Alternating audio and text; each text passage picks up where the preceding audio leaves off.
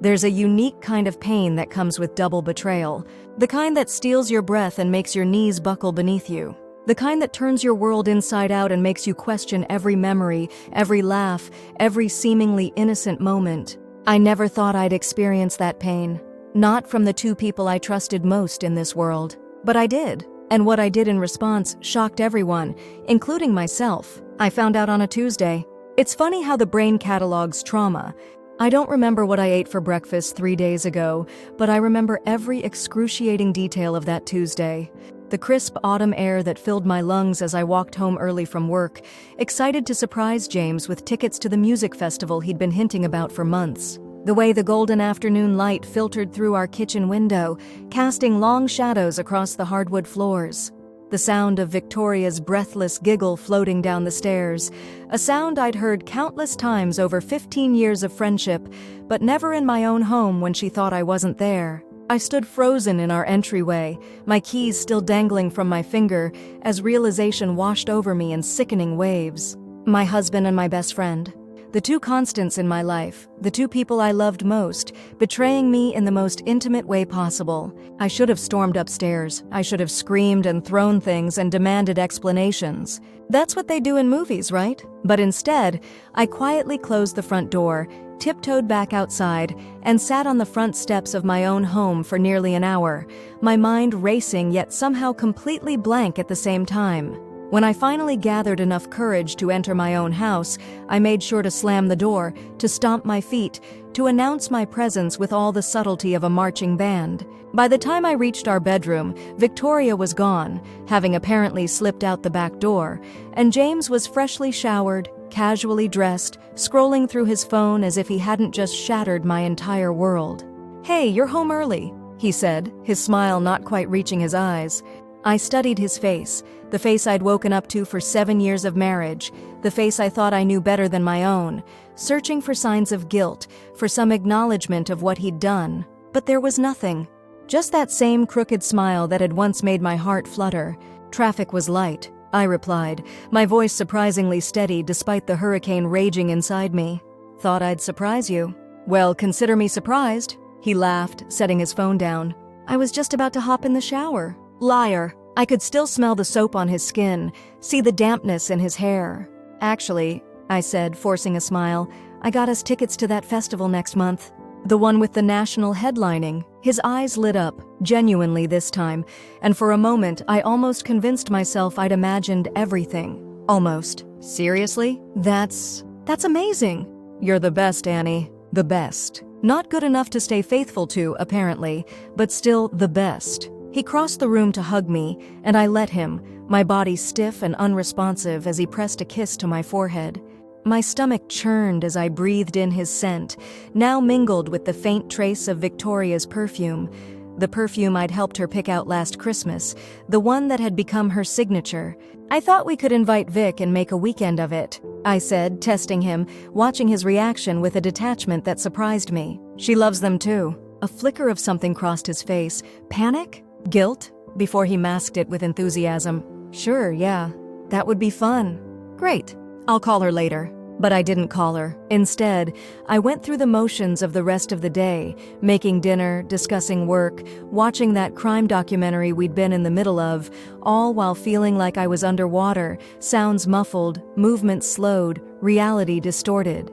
That night when James reached for me in our bed, I feigned a headache. The thought of his hands on me, hands that had just been on my best friend, made me physically ill. I lay awake until his breathing deepened into sleep, then slipped out of bed and into our home office. With shaking hands, I opened his laptop.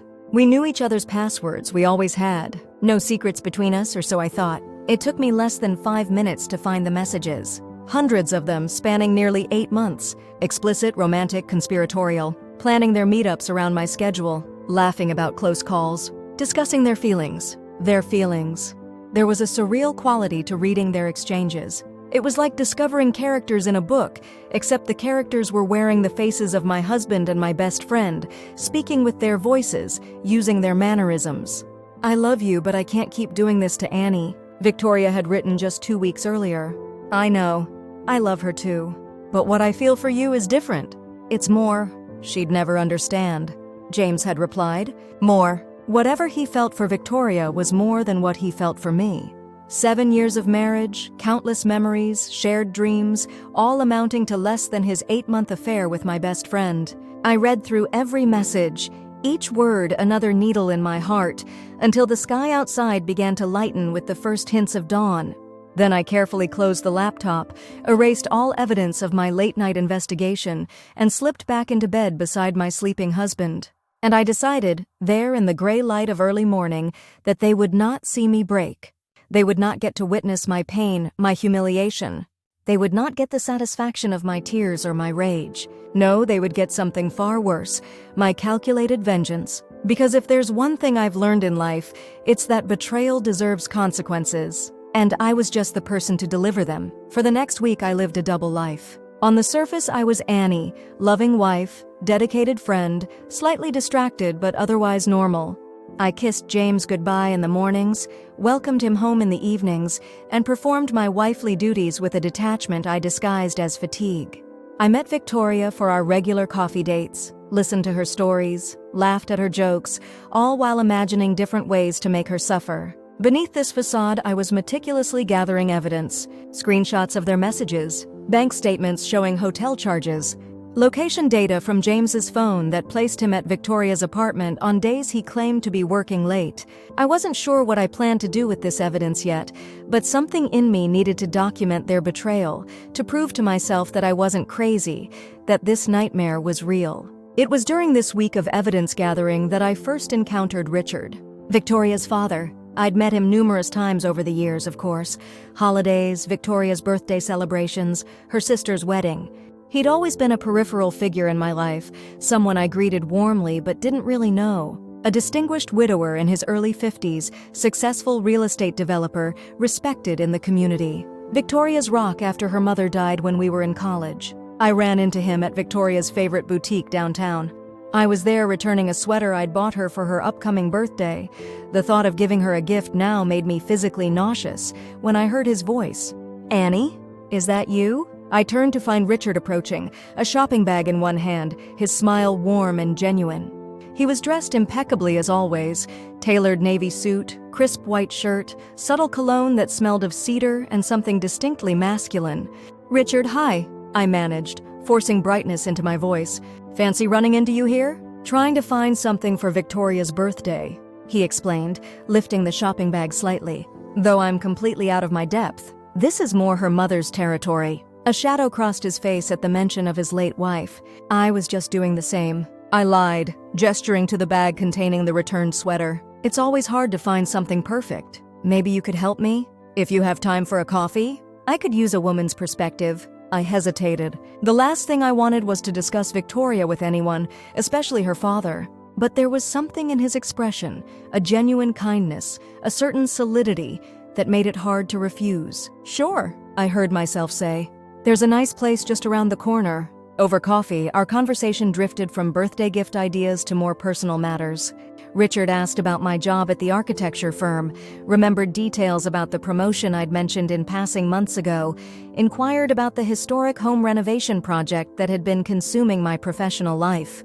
He listened attentively, asked thoughtful questions, showed genuine interest in my answers. It struck me that this was the most engaging conversation I'd had in weeks. James had stopped asking about my work months ago, his eyes glazing over whenever I discussed the details of a project I was passionate about. Victoria, I now realized, had mostly used our conversations as a prelude to talking about herself. "You seem different somehow," Richard remarked as we finished our coffees. "Everything okay with you and James?" The question caught me off guard. Was my pain that visible despite my best efforts to conceal it? "We're fine," I said automatically, the lie bitter on my tongue. "Just busy. Work and all that." Richard studied me for a moment, his eyes, the same striking blue as Victoria's but somehow kinder, searching mine. "You know," he said gently, "Victoria's mother and I went through a rough patch about 10 years into our marriage. Nearly didn't make it. Sometimes even good relationships hit turbulence." I swallowed hard, fighting the sudden urge to confess everything, to unburden myself to this man who seemed so stable, so wise. "How did you get through it?" I asked instead, genuinely curious. "Honesty," Brutal, painful honesty, and then forgiveness, which was even harder. He smiled sadly. But not all relationships deserve to be saved, Annie. Sometimes the kindest thing you can do for yourself is to walk away. Our eyes met across the table, and for a moment, I felt seen, truly seen, for the first time since discovering the affair. Not as James's wife or Victoria's friend, but as Annie, a woman in pain. Thank you, I said quietly, for the coffee and the conversation. Anytime, he replied, and I believed him. As I walked away from the cafe, an idea began to form in my mind. A terrible, perfect idea. It started as a flicker, a what-if that I almost dismissed immediately. But with each step I took, it grew stronger, more defined, until by the time I reached my car, it had become a fully formed plan. James had taken my best friend, so I would take Victoria's father. Not in the way James had taken Victoria from me, not as a cheap affair, a dirty secret. No, I would do it right. I would make Richard fall in love with me. I would become a part of Victoria's family. I would marry her father and make her call me Mom. The perfect revenge. The idea was so outrageous, so outside my character, that I almost laughed out loud in the parking lot. Then I thought of those messages. What I feel for you is more. And my laughter died in my throat, replaced by a cold, hard resolve. Could I really do this? Pursue a relationship with Richard, a man nearly 20 years my senior, my best friend's father, purely for revenge? The old Annie, the Annie from 2 weeks ago, would have been horrified at the mere suggestion. But that Annie was gone, replaced by this new version, hollow, angry, capable of contemplating things that once would have seemed unthinkable. I drove home in a daze, my mind racing with possibilities, with the logistics of my nascent plan. By the time I pulled into our driveway, I had already composed and deleted a dozen text messages to Richard in my head, each one more forward than the last. That night, as James slept soundly beside me, how could he sleep so peacefully while my world was in shambles? I made a decision. I would give this plan a trial run. I would text Richard about meeting again, under the guise of having found the perfect birthday gift for Victoria. His response would tell me whether my idea was even remotely feasible, or merely the desperate fantasy of a betrayed woman. Found something perfect for V's birthday. I typed, "Would love your opinion before I commit. Coffee this week?" I hit send before I could overthink it, then stared at my phone in the darkness, half expecting an immediate rejection, or worse, no response at all. To my surprise, the reply came within minutes. "I'd be delighted. Thursday afternoon work for you? Same place?" Delighted. Not sure, or okay, or any of the lukewarm responses I'd anticipated. Delighted. Thursday at 3 is perfect, I replied, a strange calm settling over me as I set my phone aside. It was just coffee. Just a friendly meeting. But it was also the first step in what might become the most outrageous thing I'd ever done. I slept better that night than I had since discovering the affair. Thursday arrived with a mixture of anticipation and dread swirling in my stomach. I'd chosen my outfit carefully, a soft blue sweater that brought out my eyes, fitted jeans, ankle boots with just enough heel to make my legs look their best without screaming, trying too hard. I'd applied my makeup with unusual care, enhancing rather than masking, and let my caramel-colored hair fall in loose waves around my shoulders. Meeting with a client after work? James asked as I was leaving that morning, his eyes lingering on me in a way they hadn't in months. Something like that? I replied vaguely, avoiding his gaze as I gathered my things. I hated how my heart still leapt at his attention, how part of me still craved his approval despite everything. The workday crawled by, my mind constantly wandering from blueprints and emails to thoughts of Richard and our upcoming coffee. What was I doing? Was I really going through with this? Was I capable of using someone, an innocent party in all this, to exact revenge? By the time I arrived at the cafe, I'd nearly talked myself out of the whole plan. I would show Richard the earrings I'd actually bought for Victoria before discovering the affair, earrings now sitting unused in my drawer, get his approval, and leave. No flirting, no ulterior motives. I would find another way to deal with my pain. But then I saw him through the window, already seated at a corner table, checking his watch with an expression of anticipation rather than impatience, and something in me shifted. He looked up as I entered, his face brightening with a genuine smile that made the corners of his eyes crinkle. A smile directed at me, just me, with no shadows, no secrets. "Annie," he said, standing as I approached, "you look lovely." "Thank you," I replied, suddenly shy as he pulled out my chair. "I hope I didn't keep you waiting." Not at all. I was early, eager to escape another tedious zoning meeting. He waved away my concern as we both sat down. Did you find something for Victoria's birthday? I reached into my bag and pulled out the small jewelry box containing the earrings, simple gold hoops with tiny emerald drops, Victoria's birthstone. These reminded me of her, I said, opening the box for his inspection. Elegant but not flashy. Richard studied the earrings, then looked up at me with an expression I couldn't quite read.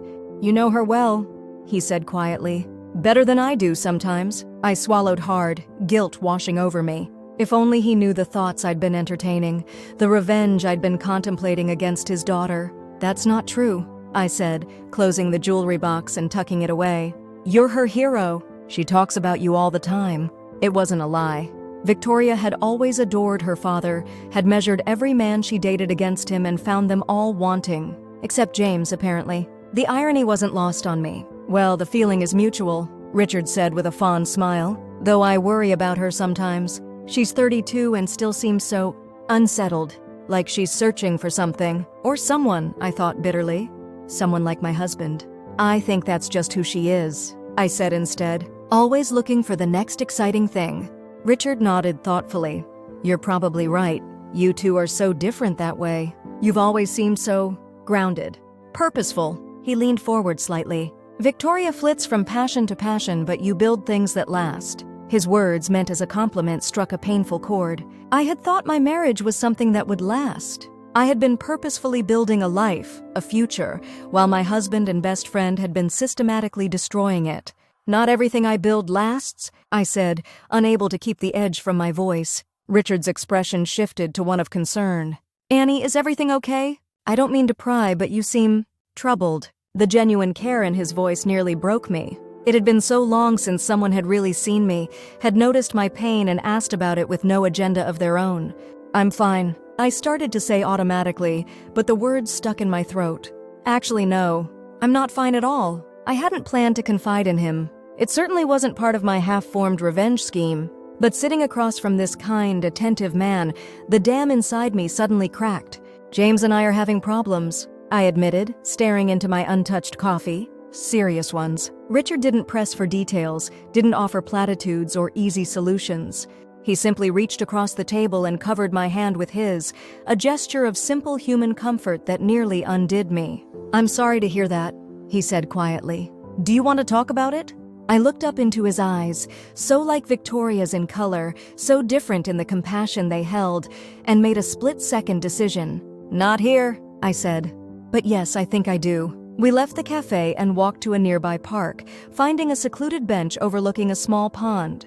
The late afternoon sun cast long shadows across the grass, and the air was cool enough to justify sitting close, not touching, but close enough that I could feel the reassuring solidity of his presence. I told him a version of the truth, that I'd discovered James was having an affair, that it had been going on for months, that I felt betrayed, humiliated, lost. I left out the crucial detail of who the other woman was. It felt important somehow to separate Richard from that knowledge, to keep this conversation in a space untainted by his daughter's involvement.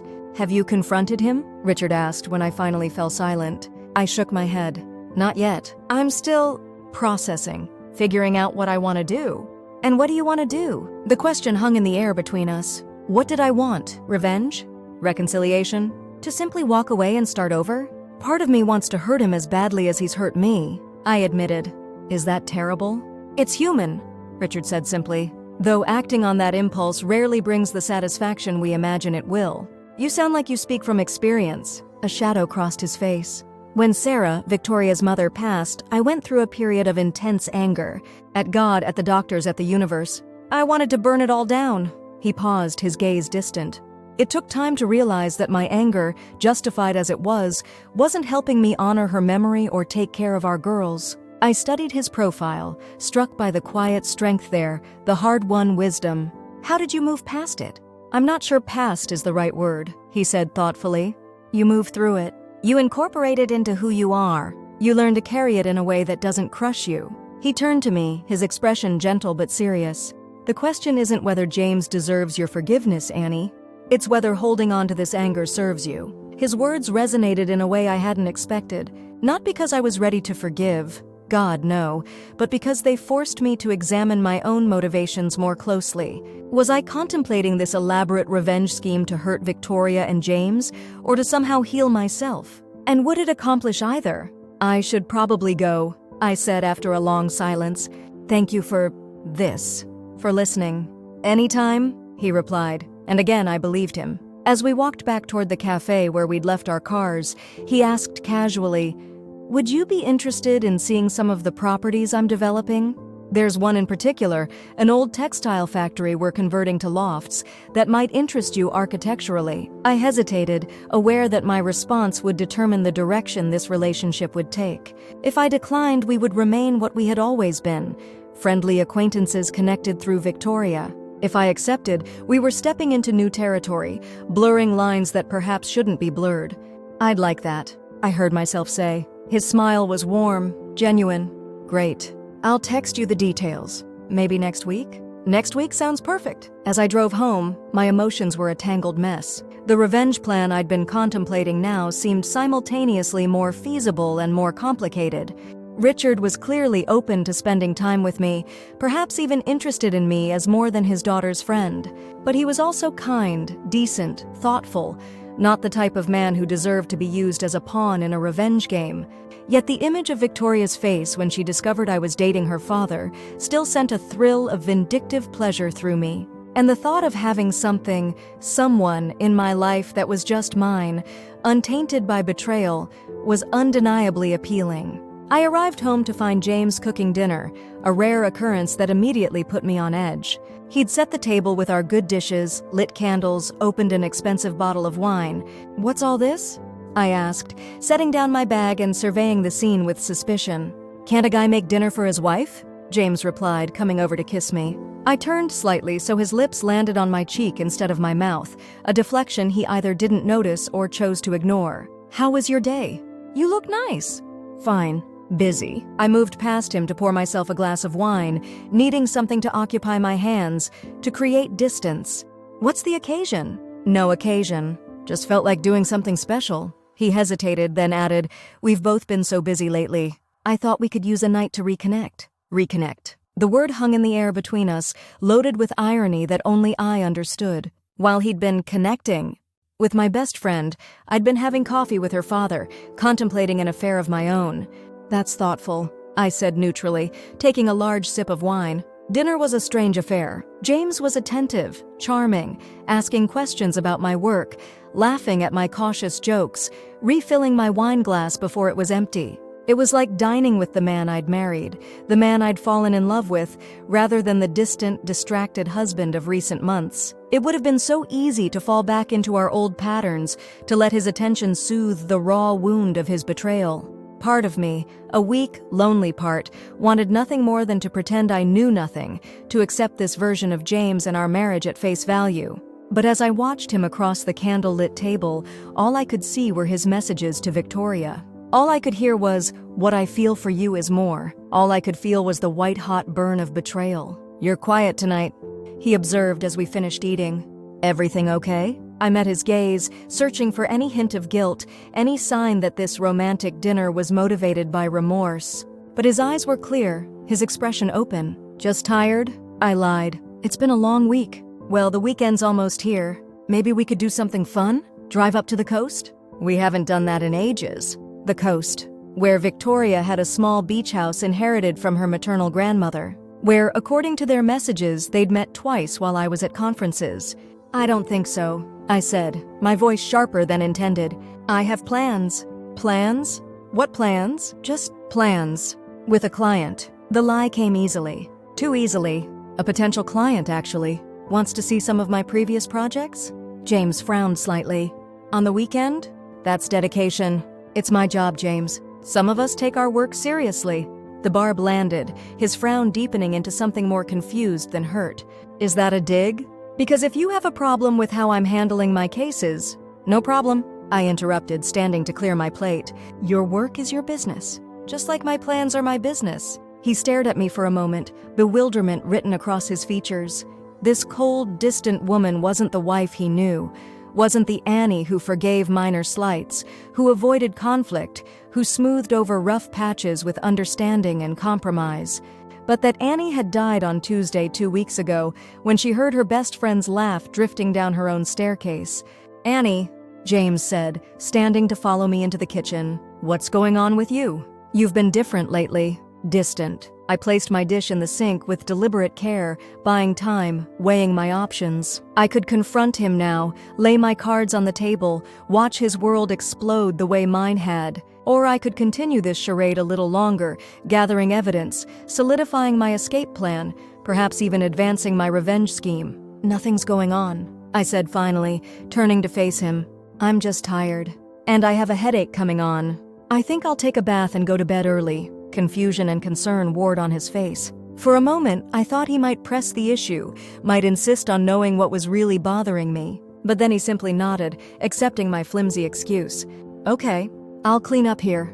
Hope you feel better." As I soaked in the hot bath later, the scent of lavender bath oils filling the steamy air, I allowed myself to really consider what I was contemplating. Using Richard, kind, decent Richard who had shown me nothing but respect and empathy, to get back at Victoria and James. It was manipulative, possibly cruel. Definitely not who I had always thought I was. But maybe that was the point. The woman I had been, trusting, forgiving, perhaps even naive, had ended up betrayed by the two people she loved most. Maybe it was time to become someone else. Someone harder. Someone who took what she wanted and didn't apologize for it. Or maybe, a smaller voice whispered, I was genuinely drawn to Richard.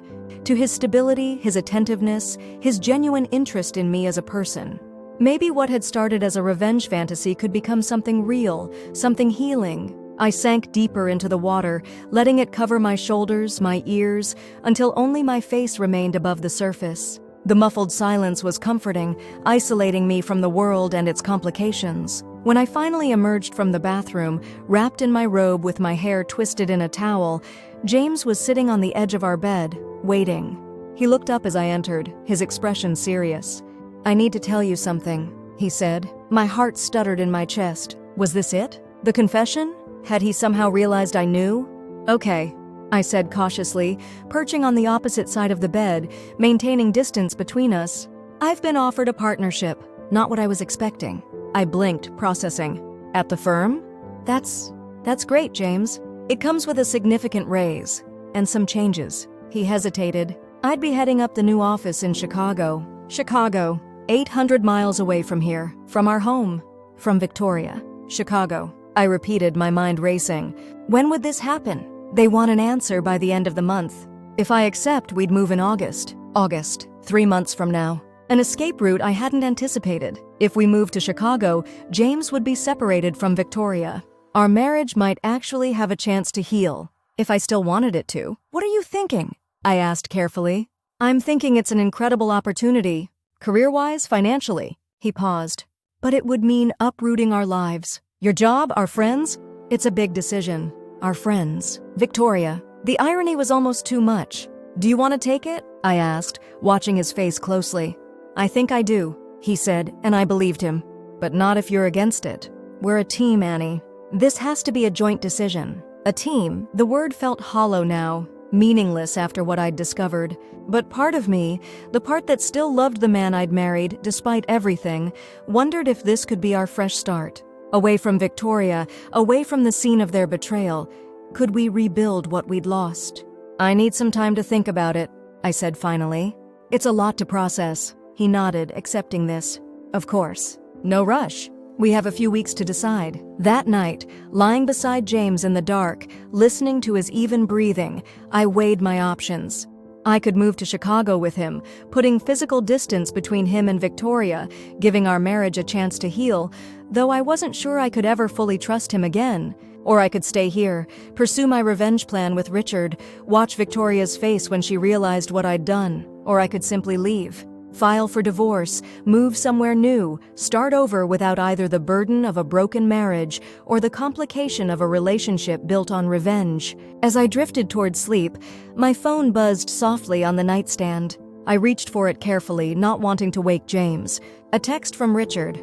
Hope I'm not texting too late. Just wanted to confirm our tour of the textile factory next Wednesday at 4. Looking forward to it. I stared at the message in the darkness, feeling a strange flutter of anticipation mixed with apprehension. This was my crossroads. My response would set me on a path that would determine not just my future, but who I became in the aftermath of betrayal. Wednesday at 4 is perfect, I typed back. I'm looking forward to it too. I hit send, then turned off my phone and set it aside. Whatever path I was choosing, I had just taken the first step down it. The days until Wednesday passed in a strange haze of normalcy and subterfuge. I went to work, came home, cooked meals, watched TV with James, all while maintaining my secret knowledge of his betrayal. I met Victoria for our regular Saturday brunch, smiling through her stories, nodding at appropriate intervals, studying her for signs of guilt or regret, and finding none. "You okay?" she asked at one point, reaching across the table to touch my hand.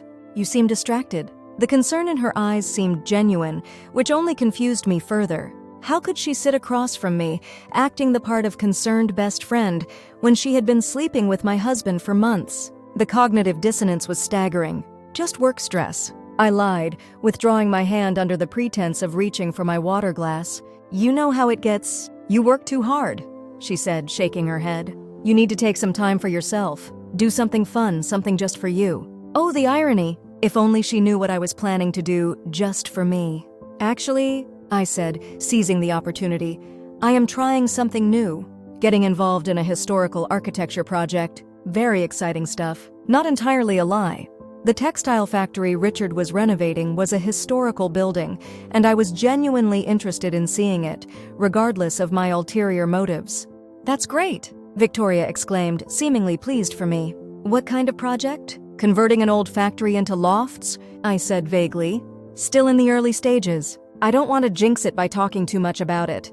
She accepted this explanation easily, moving on to discuss her own work at the gallery, the new artist she was featuring, the potential buyer who was interested in her most expensive piece. I let her talk, nodding and smiling at appropriate intervals, all while thinking about my upcoming meeting with her father. Wednesday arrived with a mixture of anticipation and dread swirling in my stomach. I'd told James I had a late client meeting, ensuring he wouldn't expect me home until well after dinner. I'd chosen my outfit with care, professional but flattering, a pencil skirt and silk blouse that suggested business while still accentuating my figure. Richard was waiting outside the textile factory when I arrived, dressed in jeans and a button-down shirt rather than his usual suit, looking more relaxed than I'd ever seen him.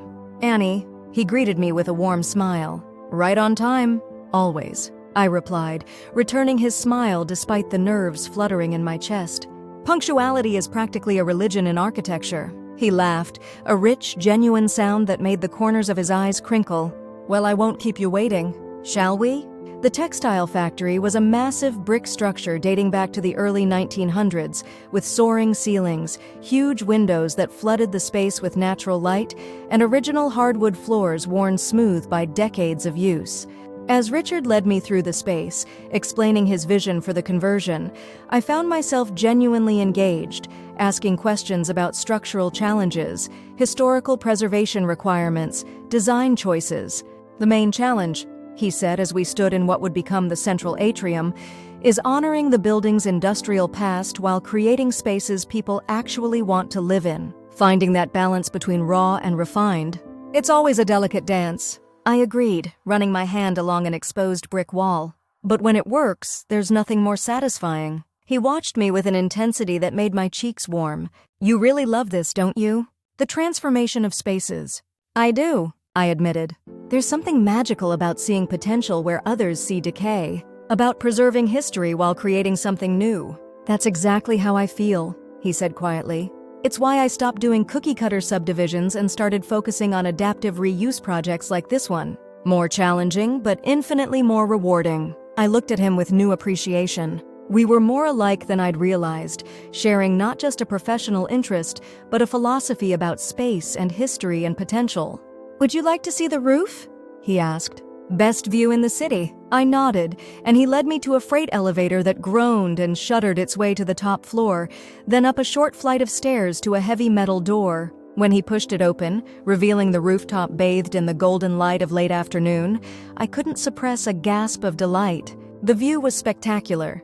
The city spread out below us, the river winding through it like a silver ribbon, the mountains a purple haze in the distance. But it wasn't just the view that took my breath away. It was the rooftop itself. Richard had transformed what must have once been a plain tar roof into a garden oasis, with potted trees, comfortable seating areas, even a small bar set up in one corner.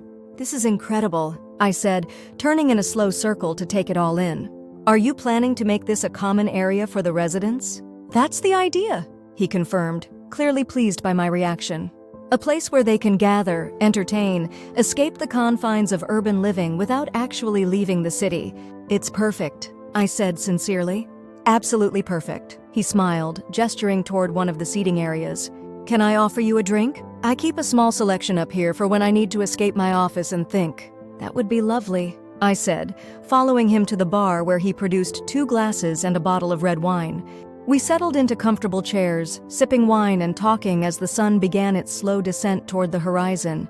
Our conversation flowed easily from professional topics to more personal ones: books we'd read, places we'd traveled, experiences that had shaped us. I found myself laughing more than I had in months, relaxing in a way I hadn't since discovering the affair. "Can I ask you something personal?" Richard said after a companionable silence. I tensed slightly but nodded. "Of course. Have you decided what you're going to do?" "About James?" The question caught me off guard. In the pleasure of Richard's company, I'd almost forgotten the reason I'd initiated this meeting in the first place. Almost forgotten James and Victoria and their betrayal. "Not entirely," I admitted. "It's complicated. Relationships usually are," he said gently. "Especially long-term ones." I studied him over the rim of my wine glass. "Did you ever consider, after your wife passed, dating again?" A shadow crossed his face. "I did. I've had a few relationships over the years. Nothing that stuck." "Why not?" He considered the question carefully. "At first it was because no one could compare to Sarah.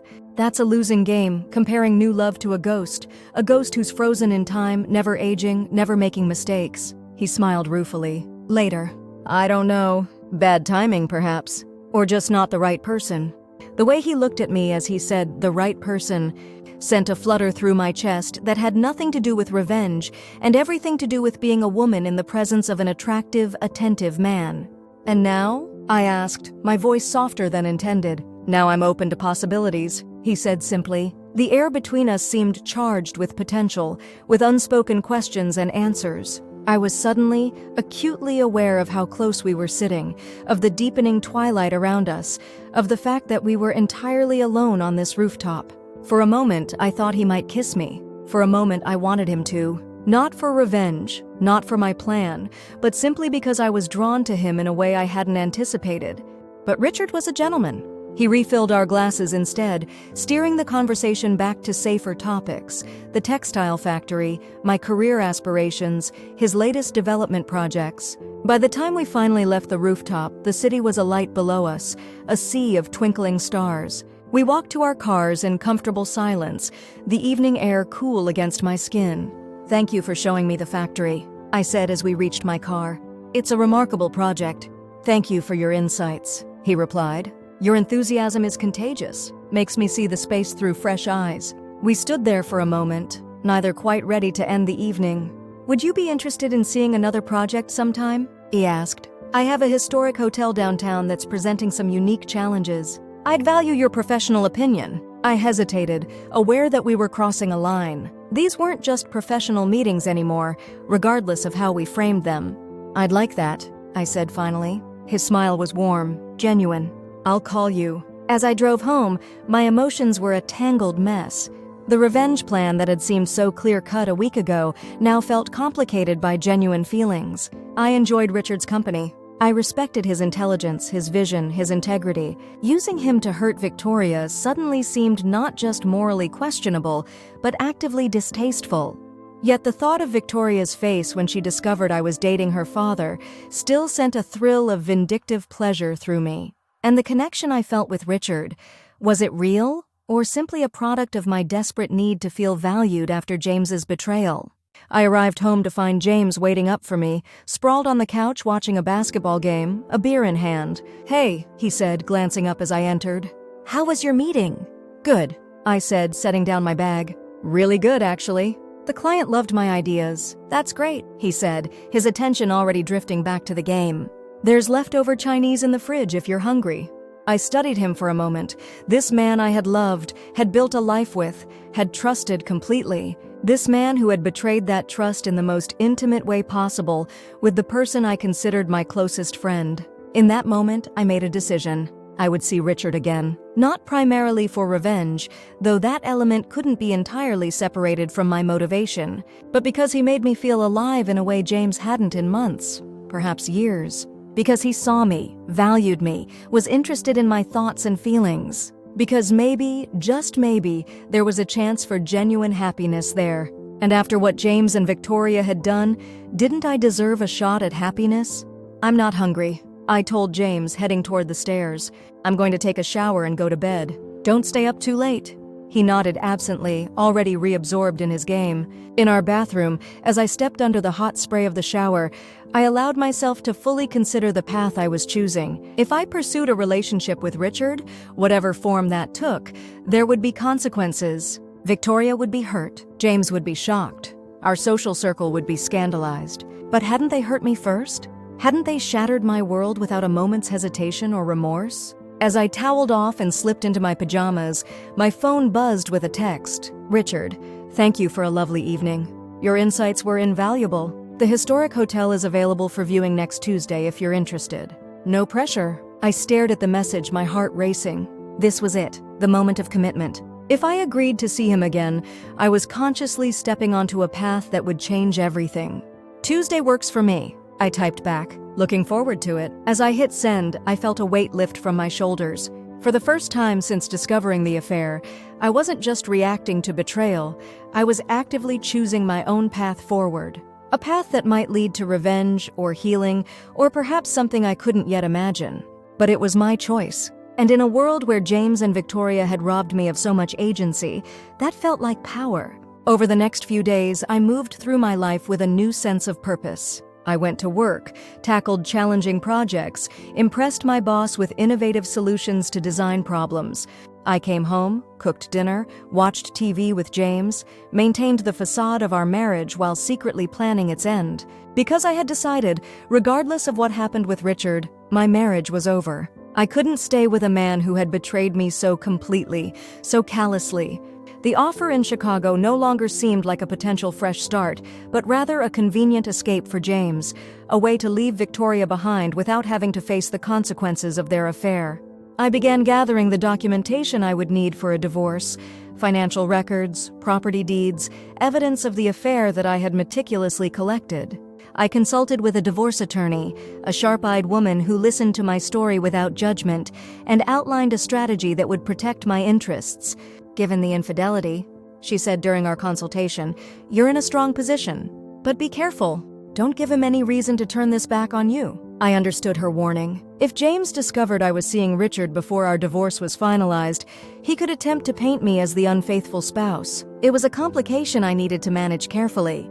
Tuesday arrived, and with it my second meeting with Richard. This time, he took me to a magnificent Art Deco hotel downtown, a grand old dame fallen on hard times, now slated for renovation into luxury condominiums. The challenge, he explained as we walked through the once opulent lobby, now dusty and dim, is preserving the character while updating everything else. These brass fixtures, this marble flooring, these murals, they're irreplaceable. But the plumbing, the electrical, the HVAC, it all needs to be gutted. I ran my hand along an ornate brass mailbox, feeling the history beneath my fingertips. It would be criminal to lose these details. They don't make craftsmanship like this anymore. Exactly, he agreed, watching me with that same intensity I'd noticed at the textile factory. That's why I thought of you. You understand the value of preservation, not just as a concept, but as a passion. We spent hours exploring the hotel, from the grand ballroom with its soaring ceilings and tarnished chandeliers to the tiny service elevators hidden behind discreet doors. Throughout our tour, Richard was attentive, genuinely interested in my observations and suggestions, touching my arm occasionally to direct my attention to a particular detail. Each touch, though brief and professional, sent a current of awareness through me. I found myself wondering what it would be like to be touched by him in less professional ways, to feel those strong hands on my body, to kiss those lips that spoke so passionately about architecture and history. The thoughts both thrilled and unsettled me. Was I genuinely attracted to Richard, or was I simply desperate for validation after James's betrayal? Was I using Richard as a salve for my wounded ego, or was there something real developing between us? After the tour, Richard suggested dinner at a small Italian restaurant nearby. I hesitated, aware that dinner crossed the line from professional meeting to something that could definitely be construed as a date. I should probably get home, I said reluctantly. James will be wondering where I am. A flicker of disappointment crossed Richard's face, but he nodded understanding. Of course. Another time, perhaps. I'd like that, I said, meaning it. Maybe next week? When I've sorted out some things? His expression brightened. I'll look forward to it. As he walked me to my car, there was a moment, much like on the rooftop, where the air between us seemed charged with possibility. This time, however, Richard didn't maintain his gentlemanly distance. Instead, he reached out and tucked a strand of hair behind my ear, his fingers lingering against my cheek. Annie, he said softly, I enjoy your company very much. But I sense there's something complicated happening in your life right now. If you want to talk about it, I'm here. The kindness in his voice, the patient understanding nearly broke me. How long had it been since someone had truly seen me, had really cared about my emotional state? Thank you, I managed, fighting back unexpected tears. That means more than you know. He nodded, stepping back to allow me space. Drive safely. Text me when you get home so I know you arrived safely. It was such a small thing, asking me to confirm my safe arrival, but it affected me deeply. It had been months, perhaps years, since James had expressed such simple concern for my well-being. As I drove home, I found myself at a crossroads. The revenge plan that had initially motivated my contact with Richard now seemed petty, small-minded, unworthy of both him and me. Yet the connection we were forming felt real, valuable, worth pursuing. Could I transition from revenge to genuine relationship? Could I separate my feelings for Richard from my hurt over James and Victoria's betrayal? And even if I could, how would we ever overcome the complication of Victoria being my best friend and his daughter? I texted Richard when I arrived home as promised, a simple, home safe. Thank you for today. The hotel is magnificent and salvageable. His reply came quickly. Glad you're safe. Your insights were invaluable. Looking forward to our dinner next week? I smiled at my phone, a warm feeling spreading through my chest. Then I looked up to see James watching me from the doorway of our kitchen, his expression unreadable. Who's that? He asked, his tone casual but his posture tense. Client? I said, tucking my phone away. Confirming our meeting went well. Must have been some meeting. You're glowing. There was an edge to his voice I didn't like, a hint of suspicion that made my heart race. Did he know something? Had he somehow discovered my meetings with Richard? It's a fascinating project, I said, moving past him into the kitchen. Historic hotel downtown? Right up my alley. He said, following me. You've been working late a lot recently. I turned to face him, suddenly angry. The audacity of him questioning my whereabouts, my activities, when he had been sneaking around with Victoria for months.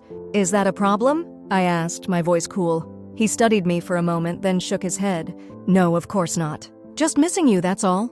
Missing me. As if he had any right to miss me when he'd been perfectly content to betray me with my best friend. I'm right here, James, I said, gesturing around our kitchen. I come home every night, which is more than I can say for you over the past few months. A flicker of something, guilt, concern, crossed his face. What does that mean? I nearly told him then. Nearly laid it all out. The discovered messages, the tracked locations, the pieced-together timeline of his affair with Victoria. But something held me back. The time wasn't right. I wasn't ready for the confrontation, for the aftermath, for the upheaval that would inevitably follow. Nothing, I said instead. I'm tired. It's been a long day. He seemed about to press the issue, then thought better of it. I ordered pizza. Should be here in about 20 minutes. I'm not hungry, I said, heading for the stairs. I'm going to take a bath and go to bed early. Annie, he called after me, his voice tinged with frustration. What's going on with you? You've been distant for weeks now, barely talking to me, working late all the time, turning down the Chicago opportunity without even discussing it properly. I froze on the stairs.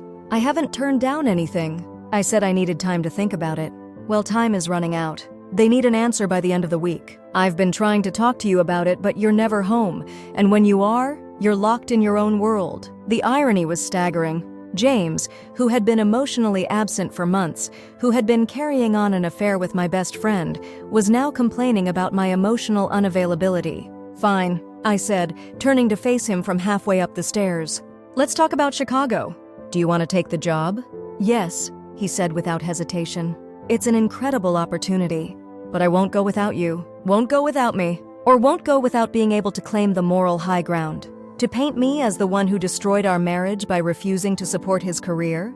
And if I don't want to go? I asked, watching his face carefully. He looked genuinely surprised. Why wouldn't you want to go? It's a fresh start. New city, new opportunities for both of us. Your firm has an office in Chicago. You could transfer. A fresh start. Away from Victoria. Was that his real motivation? Had he grown tired of their affair? Or had she grown tired of him? Was Chicago his way of extracting himself from a situation that had become complicated? I have my own career here, James. My own projects, my own clients. I can't just pick up and leave because it's convenient for you.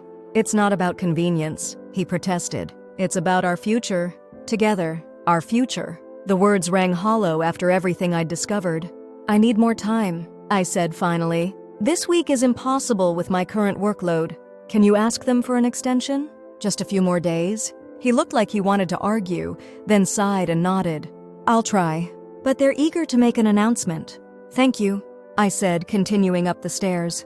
I'm going to take that bath now. As I soaked in the hot water, I tried to sort through my tangled emotions.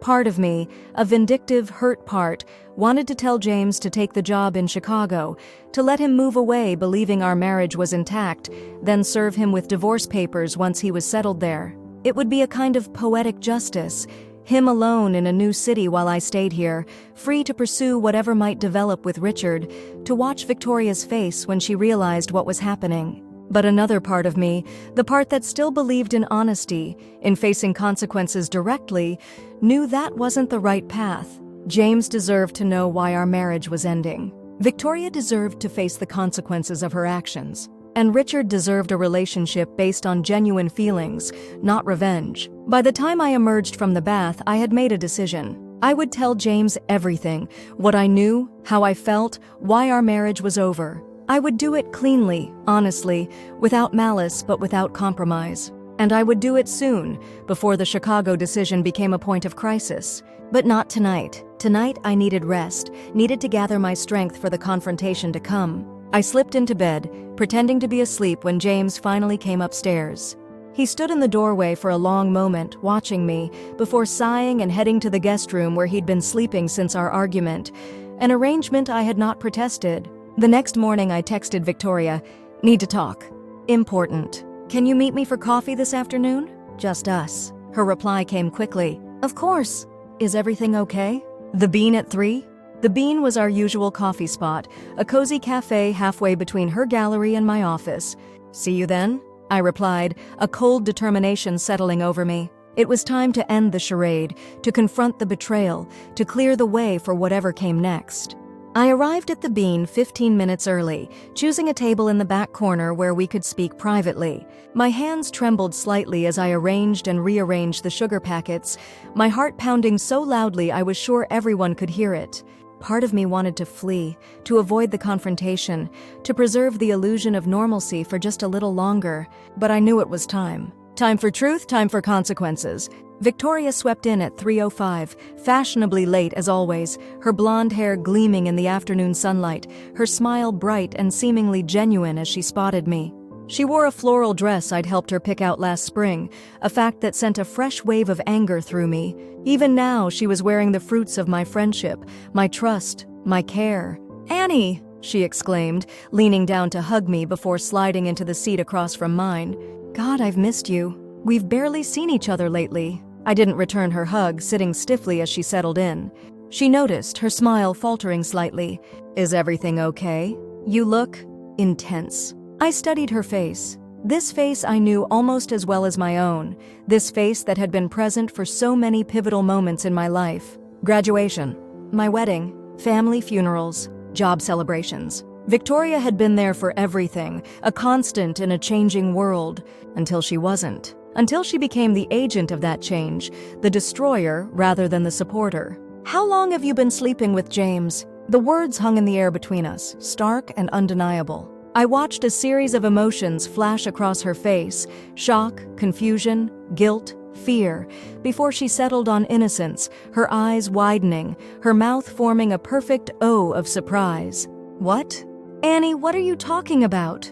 I would never stop. I held up a hand, my voice steady despite the churning in my stomach. "I know, Victoria. I've seen the messages. I've checked the locations. I know about the beach house, about the hotels, about all of it. So please at least have the decency not to lie to my face." The color drained from her cheeks as she realized denial wasn't an option. She glanced around the cafe nervously, then leaned forward, lowering her voice. "Annie, I don't know what to say. Wasn't what?" I asked coldly. "Wasn't meant to happen? Wasn't supposed to continue? Wasn't intended to hurt me? Save it, Victoria. I'm not interested in your excuses." Her eyes filled with tears, and I hated how a part of me still responded to her pain, still wanted to comfort her despite everything. 15 years of friendship didn't disappear overnight, even when betrayed in the worst possible way. "I never meant to hurt you," she whispered, a tear spilling down her cheek. "You have to believe that." "But you did hurt me," I said, my voice cracking slightly. "Both of you did. In the worst way possible." She reached across the table, trying to take my hand, but I pulled away, unwilling to accept her touch. "It just happened," she said feebly.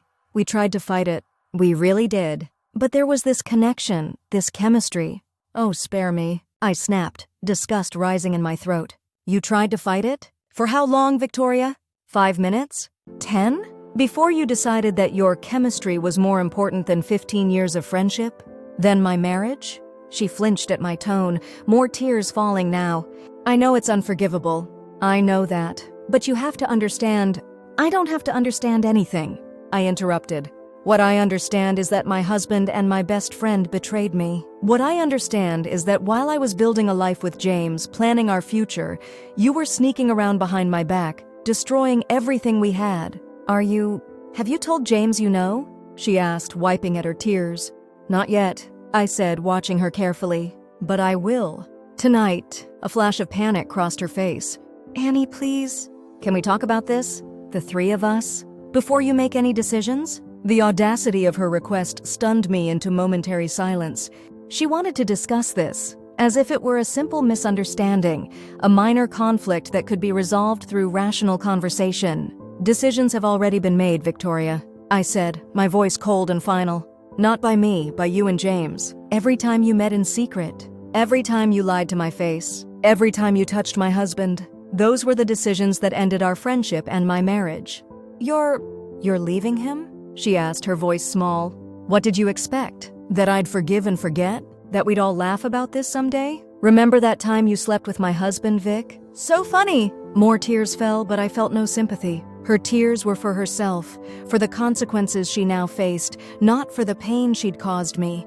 "I love him, Annie," she whispered, as if that excused everything.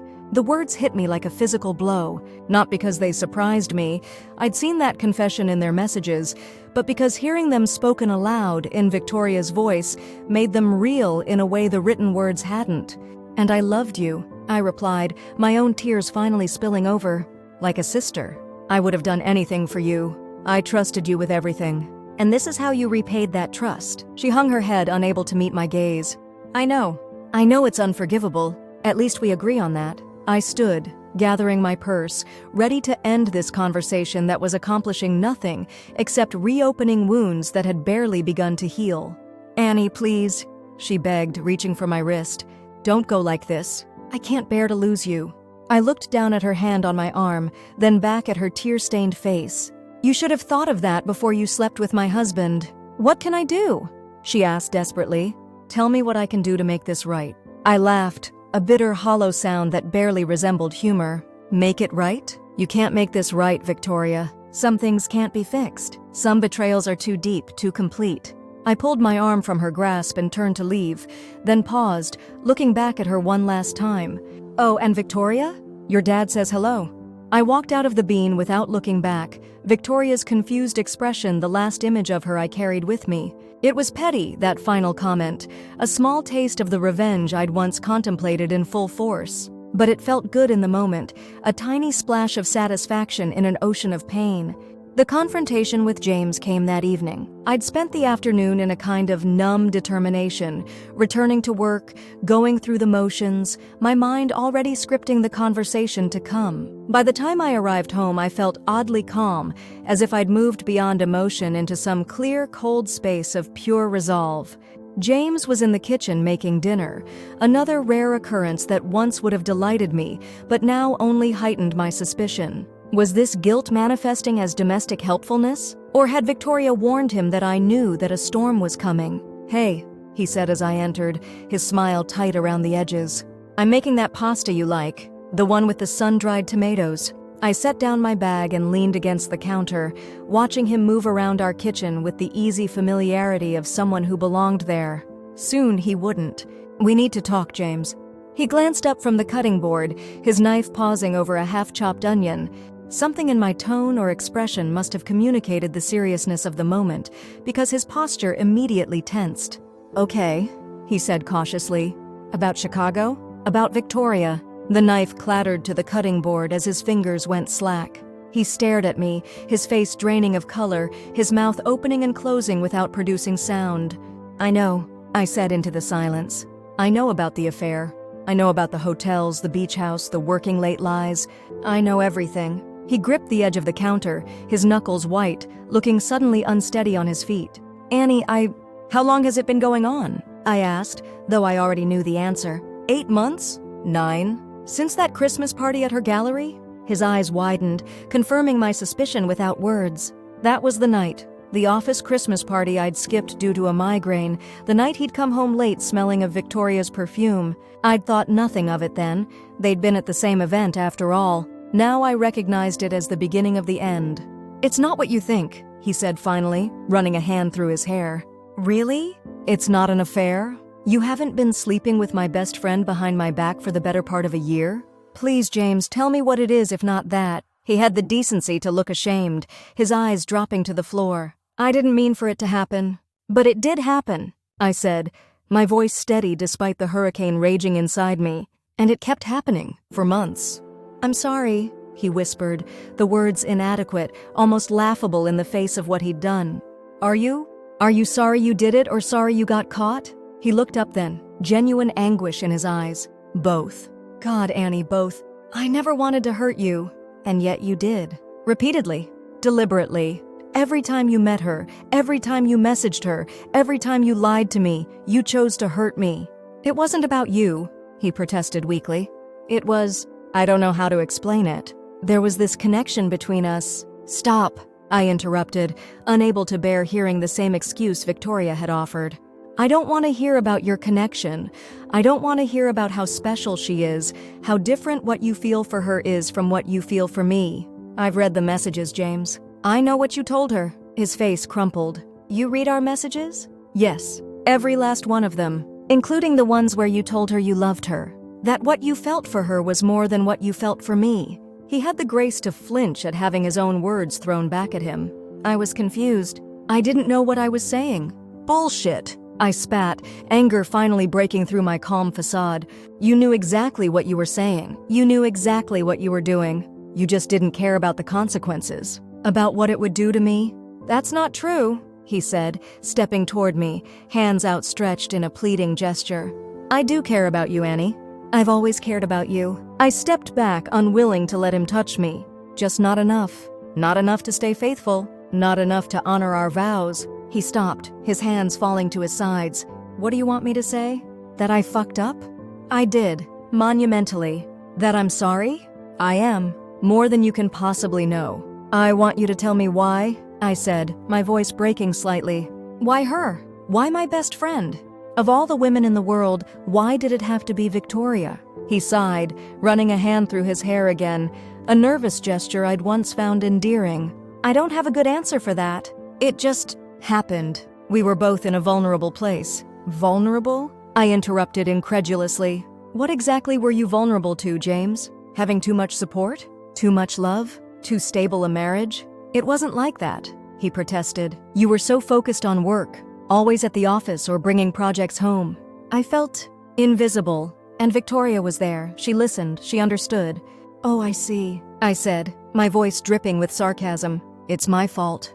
I worked too hard, so naturally you had to sleep with my best friend. How could you not? That's not what I'm saying, he insisted, frustration creeping into his tone. I'm trying to explain, not excuse. Well, you're doing a piss-poor job of both, I retorted, moving to the cabinet where we kept the liquor and pouring myself a generous measure of whiskey. I rarely drank hard alcohol, but tonight seemed to call for it. What happens now? He asked after a long silence, watching me sip the amber liquid. I looked at him over the rim of my glass. This man I'd loved for nearly a decade, this man who now felt like a stranger wearing my husband's face. Now I file for divorce. Now you accept that Chicago partnership and move 800 miles away. Now you and Victoria can have each other openly, without the inconvenience of sneaking around. He blanched at the coldness in my voice. Annie, please, can we at least talk about this? Try to work through it. I laughed bitterly. Work through it? There's nothing to work through, James. You destroyed our marriage. You and Victoria. It's over. Just like that? 10 years together, 7 years of marriage, and you're ready to throw it all away without even trying to save it? The audacity of his question left me momentarily speechless. When I finally found my voice, it was low and dangerous. I didn't throw anything away, James. You did. The moment you touched her. The moment you betrayed every promise you ever made to me. He flinched as if I'd slapped him, but pressed on. People make mistakes. Terrible ones. But marriages can survive affairs if both people are committed to healing. Is that what this was to you? A mistake? Like forgetting to pick up milk or oversleeping on a workday? I shook my head in disbelief. And who says I want our marriage to survive? Why would I want to stay with someone who could betray me so completely? Because we love each other, he said, his voice breaking. Because 10 years means something. Because what we built together is worth fighting for. I studied him, trying to see past my anger to the man I'd loved. Was there any part of him worth salvaging? Any part of our relationship that hadn't been tainted by his betrayal? Did you tell her you were leaving me? I asked suddenly, watching his face carefully. When you applied for the Chicago job, was that your exit strategy? Your way of ending the affair without having to admit what you'd done? He looked away, unable to meet my gaze, and I had my answer. That's what I thought, I said quietly. You were planning to take the job, move us to Chicago, leave Victoria behind, start fresh without ever having to face consequences. It wasn't like that, he protested weakly. I wanted to save our marriage. I thought distance would help, would give us a chance to reconnect without complications. Without the complication of your mistress, you mean? He winced at the word mistress, but didn't deny it. Yes, without that complication. I set down my glass, suddenly exhausted. The anger that had fueled me through this confrontation was ebbing, leaving behind a bone-deep weariness. Did you ever love me, James? Really love me? Or was I just convenient? Stable? The sensible choice while Victoria was the passionate one. Of course I loved you, he said, his eyes filling with tears. I still love you. That's what makes this so awful. I love you both. I shook my head, a bitter smile twisting my lips. You don't know the meaning of the word. Love doesn't do what you did. Love doesn't betray. Love doesn't lie. Not like this. Annie, please, he begged, taking a step toward me. Give me a chance to make this right. To prove how much you mean to me. It's too late, I said, stepping away from him again. I want you to pack a bag and leave. Tonight? You can come back for the rest of your things when I'm at work. Where am I supposed to go? He asked, sounding suddenly lost. I don't know, James. Victoria's, maybe? Since you two are so connected, I couldn't keep the bitterness from my voice. That's not my problem anymore. Annie, just go, James. Please. I can't look at you right now. He stared at me for a long moment, as if memorizing my face, then nodded slowly. Okay, I'll go. But this conversation isn't over. We've been through too much together to end like this. I said nothing, watching in silence as he trudged upstairs to pack. 20 minutes later, he reappeared with a duffel bag slung over his shoulder, his eyes red-rimmed from crying. I'll call you tomorrow, he said, pausing at the door.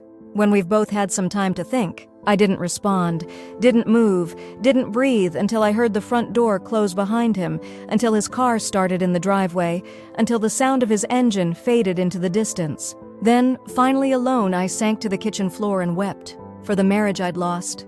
For the friendship that had been a lie. For the woman I'd been before I discovered their betrayal. Trusting, loving, whole. I don't know how long I sat there sobbing until my throat was raw and my eyes swollen. Eventually, the storm passed, leaving me empty but somehow clearer, as if the tears had washed away some of the confusion along with the pain. My phone buzzed in my pocket. I pulled it out, half expecting a message from James or Victoria, but it was Richard. Just checking in. Hope your day went well. Still on for dinner next week?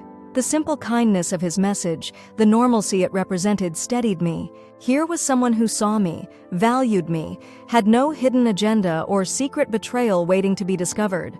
Still on, I typed back. Though I'd love to see you sooner if you're free. It's been a difficult day. His response came quickly. I'm free tomorrow evening. Name the time and place.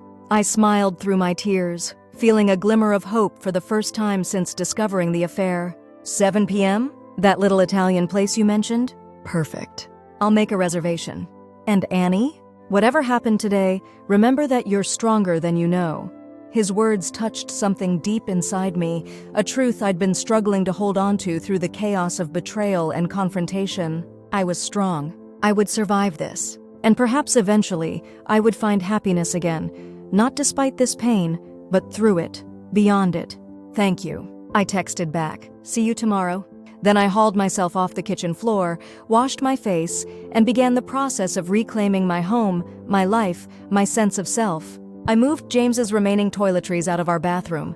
I changed the sheets on our bed. I opened a bottle of wine and ordered takeout from my favorite Thai restaurant, the one James had always complained about. Small acts of independence, small reclamations of identity. The first steps on a long journey back to myself. The next morning, I called in sick to work for the first time in years, giving myself permission to process, to grieve, to begin healing.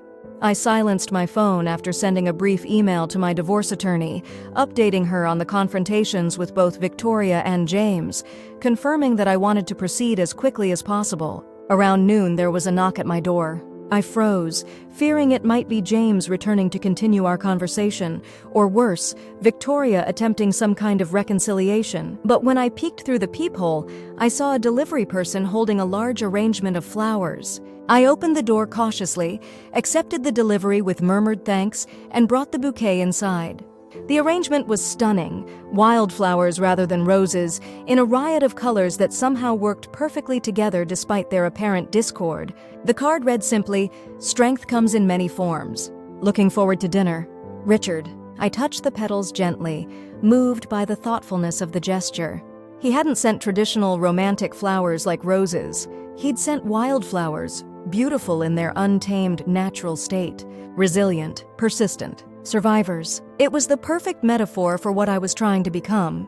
My phone buzzed persistently throughout the day, calls and texts from James that I ignored, a single message from Victoria that I deleted without reading, several check-ins from concerned colleagues that I answered with vague reassurances. By evening, I felt stronger, more centered, ready to face the next phase of my journey. I dressed carefully for dinner with Richard, choosing a deep green wrap dress that brought out the gold flecks in my eyes that made me feel both elegant and comfortable. I applied makeup with a light hand, more as a form of self-care than an attempt to impress. I wore my hair down, letting the natural waves fall around my shoulders in a way that felt like embracing a part of myself I'd been restraining. Richard was waiting when I arrived at the restaurant, standing as I approached the table, his eyes warming as they took me in. "Annie," he said simply, his voice conveying more than just my name. Concern, admiration, pleasure at seeing me. "Richard," I replied, accepting his brief hug before taking my seat. "Thank you for the flowers. They're beautiful." "You're welcome," he said, settling across from me. "When you mentioned a difficult day, it seemed like you could use a reminder of beauty and resilience." I smiled, touched by his perception. "You got the message exactly right." He studied me for a moment, his gaze gentle but penetrating. "Do you want to talk about what happened? Or would you prefer an evening free from troubles?" I considered the question as the waiter poured wine into our glasses. Did I want to burden this evening with the weight of betrayal and confrontation?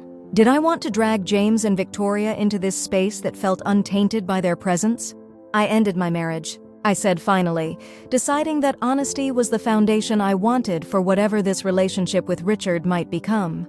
And my friendship with Victoria. His eyes widened slightly, but he showed no other reaction to this revelation.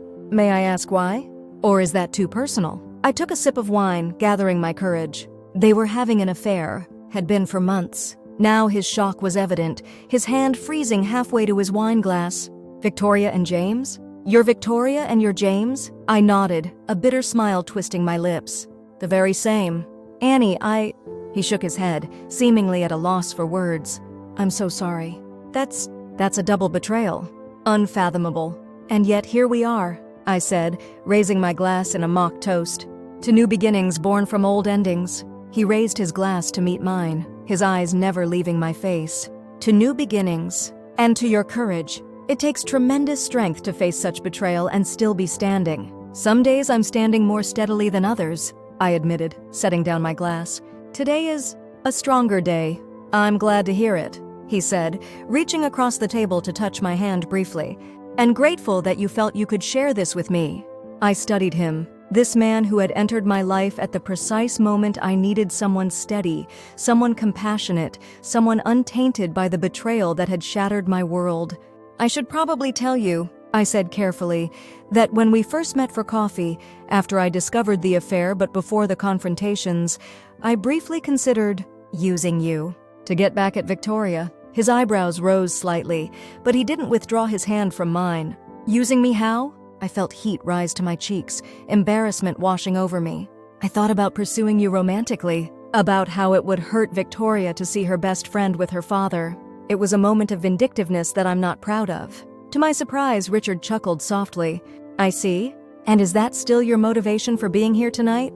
I shook my head firmly. No, that impulse passed quickly. Being with you, talking with you. It became about connection, not revenge. About finding something positive in the midst of all this pain. He nodded, seemingly satisfied with my answer.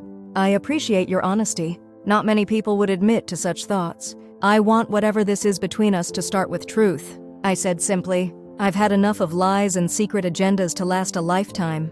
As have I, he agreed, a shadow crossing his face momentarily. Truth is the only foundation worth building on. The waiter arrived to take our orders, providing a natural break in the intensity of our conversation. As we studied menus and discussed options, I felt a weight lifting from my shoulders. I had confessed my initial vengeful impulse, and Richard had accepted it without judgment. We were beginning with honesty, with clear eyes. After ordering, our conversation shifted to lighter topics, books we'd read recently, a documentary series Richard was engrossed in, a challenging project I was tackling at work. It felt surprisingly normal, surprisingly comfortable, despite the emotional upheaval of the past days. Tell me something about yourself that would surprise me, Richard said as we were finishing our main courses. Something Victoria wouldn't have told me.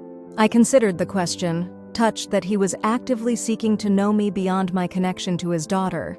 I wanted to be a ballet dancer when I was young. Studied seriously until I was 15, when a knee injury ended that dream. I wouldn't have guessed that, he said, looking genuinely intrigued. Though it explains your grace of movement. Do you still dance at all? Not formally. Sometimes in my kitchen when no one's watching. I smiled, the memory of those private moments of freedom bringing unexpected joy. Your turn. Tell me something Victoria wouldn't have shared about you. He leaned back, contemplating. I write poetry. Terrible poetry, mind you, but I find it therapeutic. Have since college? Now that is surprising, I said, delighted by this revelation. Would you ever share any of it? Not if I want you to continue speaking to me. He laughed, his eyes crinkling at the corners in a way I found utterly charming. I doubt it's as bad as you claim, I countered. Most people are their own harshest critics. Trust me on this one, he insisted with a rueful smile. My creative talents lie firmly in the realm of transforming spaces, not words. The evening continued in this vein. Light, engaging conversation interspersed with more personal revelations, each of us carefully unfolding aspects of ourselves like delicate origami, revealing intricate patterns previously hidden. By the time we finished dessert, a tiramisu we agreed to share, I felt more like myself than I had in months.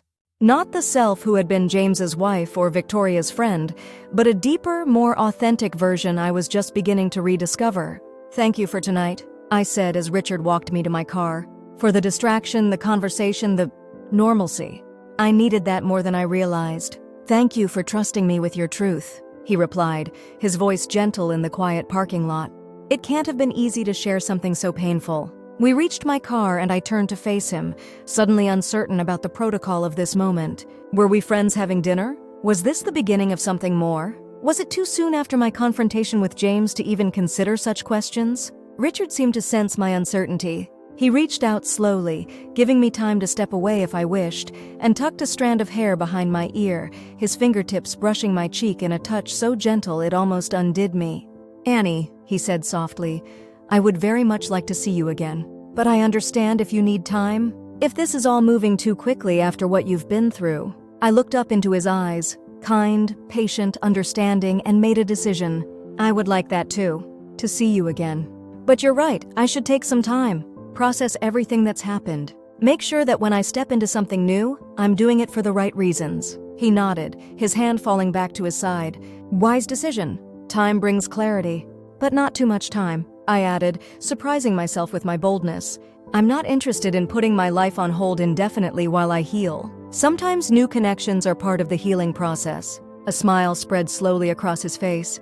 "I like the way you think, Annie, and I'm willing to move at whatever pace feels right to you." "Thank you," I said simply, meaning it with every fiber of my being. He bent slightly and pressed a kiss to my cheek.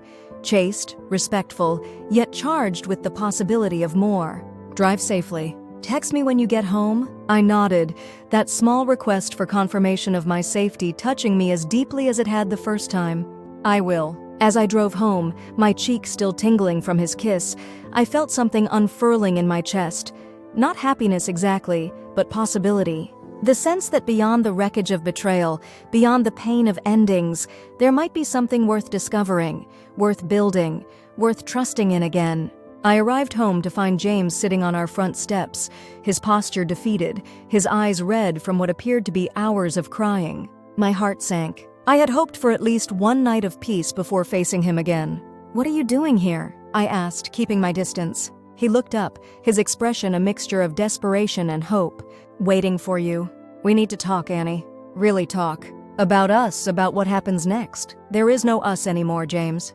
And what happens next is divorce." "I thought I made that clear yesterday." "You were angry yesterday," he said, standing.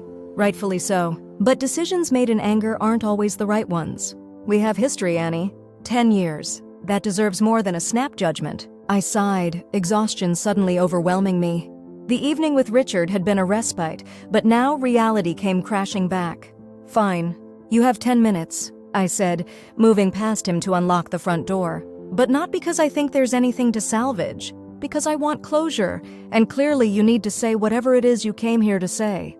He followed me inside, his familiar presence in our home now an intrusion rather than a comfort. We sat in the living room, him on the couch where we'd spent countless evenings watching movies, reading, simply being together, me in the armchair across from him, deliberately creating space between us. "I've ended things with Victoria," he began, his voice rough with emotion. "Completely. It's over." "Congratulations," I said dryly. Was that supposed to impress me? He flinched at my tone but pressed on. "I know I've hurt you unimaginably.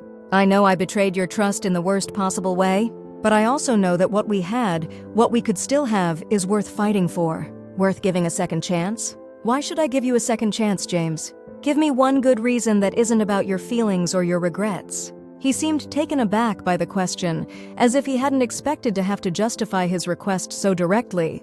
Because despite everything, we were good together. We built a life together. We had plans, dreams, and I still love you, Annie. "I never stopped." I laughed bitterly. "You never stopped loving me, but you had no problem sleeping with my best friend for months? Do you have any idea how absurd that sounds?" "I know how it sounds," he admitted, hanging his head. "I can't explain it in a way that makes sense. It was selfish, it was weak, it was the worst mistake of my life. But it doesn't erase what I feel for you. What I've always felt for you, but it does erase my trust in you," I countered. "And without trust, what do we have? A shell of a marriage? A relationship where I'm constantly wondering if you're lying, if you're cheating, if I'm enough? We could rebuild that trust," he insisted. "With time, with counseling, with complete transparency. People do it, Annie. Marriages survive affairs. Some do," I acknowledged, but I'm not sure I want ours to be one of them.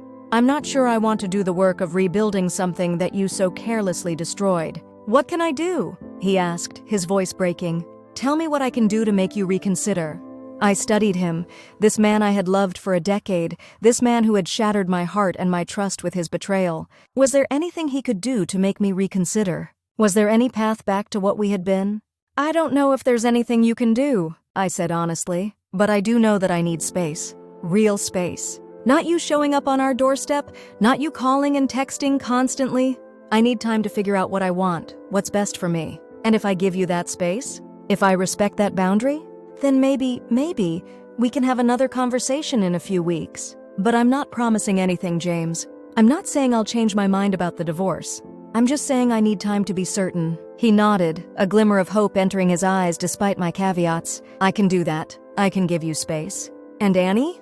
I am sorry. More sorry than I can ever express. I believe that you're sorry, I said, rising to indicate that our conversation was over. But I'm not sure it's enough. He stood as well, hesitating as if he wanted to embrace me but thinking better of it. I'll go. But Annie? I'm not giving up on us. Not without a fight. I showed him to the door without responding to this declaration. What could I say? That his fight was too late? That the damage was already beyond repair? That while he was declaring his intention to win me back, I was contemplating a future with someone else entirely. After he left, I locked the door and leaned against it, suddenly exhausted beyond words. The emotional whiplash of the past days, the confrontations, the dinner with Richard, now this unexpected conversation with James, had left me drained, uncertain, conflicted.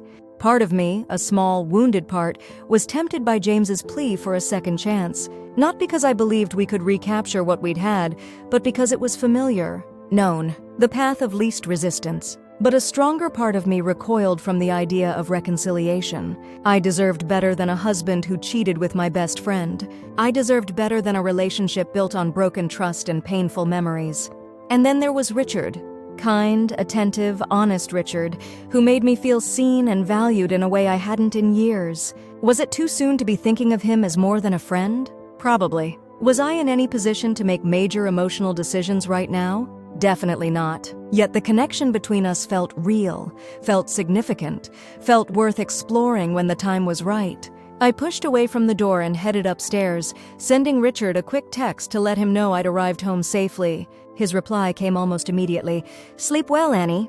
Tomorrow is a new day. A new day, a new beginning. A chance to continue the process of reclaiming my life, my sense of self, my future. As I prepared for bed, I realized with surprise that the vindictive impulse that had initially drawn me to Richard had completely evaporated.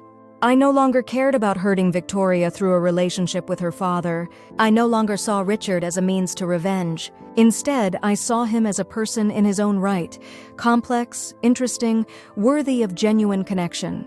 A potential partner, perhaps, when my heart had healed enough to trust again. A possibility to be explored with honesty and care, not manipulation and vindictiveness. The realization was liberating. The burden of revenge was heavy, toxic, ultimately self-destructive. Letting it go felt like setting down a weight I hadn't fully acknowledged I was carrying. The following weeks passed in a blur of activity and emotion. I threw myself into work, taking on challenging projects that required my full focus and creativity.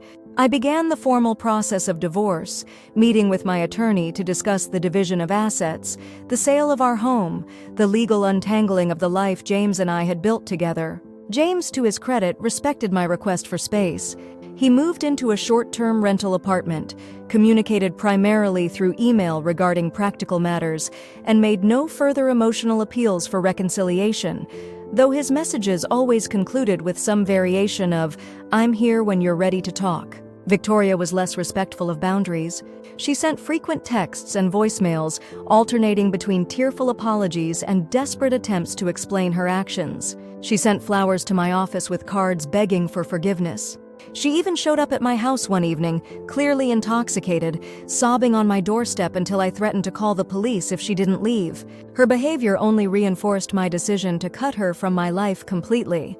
There was no explanation that could justify what she'd done, no apology that could rebuild the trust she'd shattered. Through it all, Richard remained a steady, supportive presence.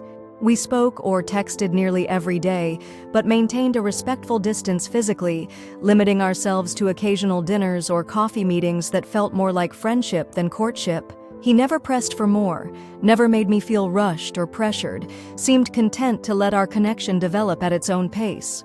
His patience and understanding were balms to my wounded spirit, reminders that not all relationships were built on deception and betrayal. About a month after the confrontations with James and Victoria, Richard invited me to a charity gala he was hosting for the local Historical Preservation Society. It was a formal event, the kind of occasion that would mark a shift in our relationship from private to public. No pressure, he assured me during our phone call. If it feels too soon or too visible, I completely understand. I hesitated, considering the implications. Attending such an event together would make whatever was developing between us official in the eyes of our social circle. Victoria would almost certainly hear about it, if not actually be present at the gala herself as Richard's daughter. Was I ready for that? For the gossip, the speculation, the inevitable confrontation with Victoria when she realized her father and her former best friend were, what? Dating? Building a relationship? Whatever term applied to this careful, intentional connection we were forming, I'd love to attend. I heard myself say, the decision feeling right despite the complications it might bring. It sounds like a wonderful event for a good cause. Are you sure? Richard asked, clearly sensing my momentary hesitation. I don't want to put you in an uncomfortable position, especially if Victoria might be there. I'm sure, I said more firmly this time. I can't hide forever, can't put my life on hold because of Victoria's feelings. Not after what she did. That's true, he acknowledged. But I also don't want our first public appearance to be overshadowed by potential drama. I appreciated his concern, his consideration of all the angles. Has she mentioned anything to you? About me, about what happened? She attempted to once, he admitted. She called me crying, saying she'd made a terrible mistake, ruined her most important friendship. I didn't realize at the time that she was referring to an affair with your husband. I thought perhaps you'd had a falling out over something else entirely. And now that you know? He sighed heavily. Now I'm deeply disappointed in my daughter. I raised her better than that. Betraying a friend, especially one as loyal as you've been to her, is inexcusable. His words warmed me, validating my pain in a way I hadn't realized I needed. Thank you for that. For not taking her side automatically because she's your daughter. I love Victoria, he said simply. But love doesn't mean blind approval of harmful actions. She did something tremendously hurtful, and she needs to face the consequences of that choice. His balanced perspective, his ability to hold both love for his daughter and disapproval of her actions, impressed me deeply. It spoke to an emotional maturity, a nuanced understanding of human relationships that was increasingly rare in our black and white world. Then yes, I said decisively, I would be honored to attend the gala with you. Whatever happens with Victoria, we'll handle it together. Together? He repeated, the word carrying a weight of promise that sent a flutter through my chest. I like the sound of that. The night of the gala arrived with a mixture of anticipation and nervousness churning in my stomach. I'd purchased a new dress for the occasion, a midnight blue gown that draped elegantly across my body, sophisticated yet subtly sensual. I'd had my hair styled in a loose updo, applied makeup that enhanced rather than masked, chosen jewelry that was elegant without being flashy. As I studied my reflection in the full-length mirror, I barely recognized the woman staring back at me, not because of the formal attire or careful styling, but because of the confidence in her posture, the clarity in her eyes, the sense of purpose in her expression. This wasn't the same woman who had discovered her husband's betrayal 2 months ago. That woman had been shattered, lost, consumed by pain and thoughts of revenge. This woman, the one in the mirror, had been forged in that pain, had emerged stronger, clearer, more authentically herself than she'd been in years. Richard arrived precisely on time, his sharp intake of breath when I opened the door providing all the validation I needed. "Annie," he said softly, his eyes taking in every detail of my appearance. "You look absolutely stunning." "Thank you," I replied, feeling a blush rise to my cheeks despite my newfound confidence. "You clean up pretty well yourself." He did indeed. The tuxedo he wore fit his tall frame perfectly, highlighting the breadth of his shoulders, the leanness of his waist, the overall distinguished presence he carried so naturally. "These are for you," he said, presenting a small bouquet of wildflowers similar to the arrangement he'd sent after our confrontation. I thought they suited you better than traditional roses." "They're perfect," I said, genuinely touched by the thoughtfulness of the gesture. "Let me put them in water before we go." As I arranged the flowers in a vase, I was struck by the symbolism of the moment. These weren't flowers meant to woo or impress. They were flowers that acknowledged my journey, my growth, my resilience in the face of betrayal. They were flowers that said, "I see you," in the deepest sense of that phrase. The gala was held in a beautifully restored 1920s theater downtown, its Art Deco details highlighted by strategic lighting, its grand spaces filled with people in formal attire, the air humming with conversation and music from a string quartet positioned near the entrance. As we entered, Richard's hand warm and steady at the small of my back, I couldn't help but scan the crowd for Victoria. Would she be here? Had Richard warned her we would be attending together? How would she react when she saw us? "Nervous?" Richard asked quietly, clearly attuned to my tension. "A little," I admitted. "I'm not sure if I'm hoping Victoria is here or isn't here." "She RSVP'd yes?" he informed me. "But she hasn't arrived yet, at least not that I've seen." "We can leave early if things become uncomfortable." I shook my head firmly. "No, this is your event. I won't let Victoria's presence or reaction dictate our evening." He smiled, a hint of pride in his expression. "Your resilience continues to impress me." We made our way through the crowd, stopping frequently as people greeted Richard, congratulated him on the event, introduced themselves to me with curious glances and not-so-subtle assessments. I met each introduction with poise, answered questions about my architectural work with confidence, navigated the subtle probing about my relationship with Richard with diplomatic vagueness. It was exhausting but also exhilarating, stepping into this new role, this new phase of life, with a partner who seemed genuinely proud to have me by his side. We were speaking with the mayor and his wife when I felt it, that distinctive prickle at the back of my neck that signaled being watched. I turned slightly, scanning the crowd, and there she was, Victoria, standing near the entrance, wearing a striking red gown that made her blonde hair seem even more luminous, her expression frozen in shock as she stared at her father and me, clearly processing the implications of our arrival together. Richard followed my gaze, his hand tightening slightly against my back when he spotted his daughter. "Do you want to leave?" he asked quietly. "No," I said, drawing strength from his steady presence. This was inevitable. Better to face it head-on than spend the evening dreading the encounter. He nodded, understanding and support in his eyes. "Then let's say hello." Together, we excused ourselves from the conversation with the mayor and his wife and made our way across the room toward Victoria, who remained rooted in place, her shock giving way to confusion, then a dawning comprehension that made her face pale visibly even from a distance. "Victoria," Richard greeted her with a kiss on the cheek. "You look lovely tonight." "Dad," she responded, her eyes never leaving me. "Annie." I didn't expect to see you here." "I invited her," Richard said simply, his tone neither apologetic nor confrontational. "Annie has been a tremendous support during the restoration of the textile factory, offering her architectural expertise. It seemed only fitting to have her join me tonight." Victoria's gaze flickered between us, clearly seeing beyond the professional explanation to the personal connection underneath. "I see," she said, her voice tight. How ... Convenient for both of you." I felt Richard tense beside me, but I placed a hand on his arm, silently indicating that I could handle this. "Richard was kind enough to include me in this wonderful event," I said, my voice calm despite the tension thrumming through me. "The Historical Preservation Society does important work." Victoria laughed, a brittle sound devoid of humor. "Oh, I'm sure it was all about the Historical Preservation Society." "Nothing to do with getting back at me, right, Annie?" "Not everything is about you, Victoria," I replied evenly.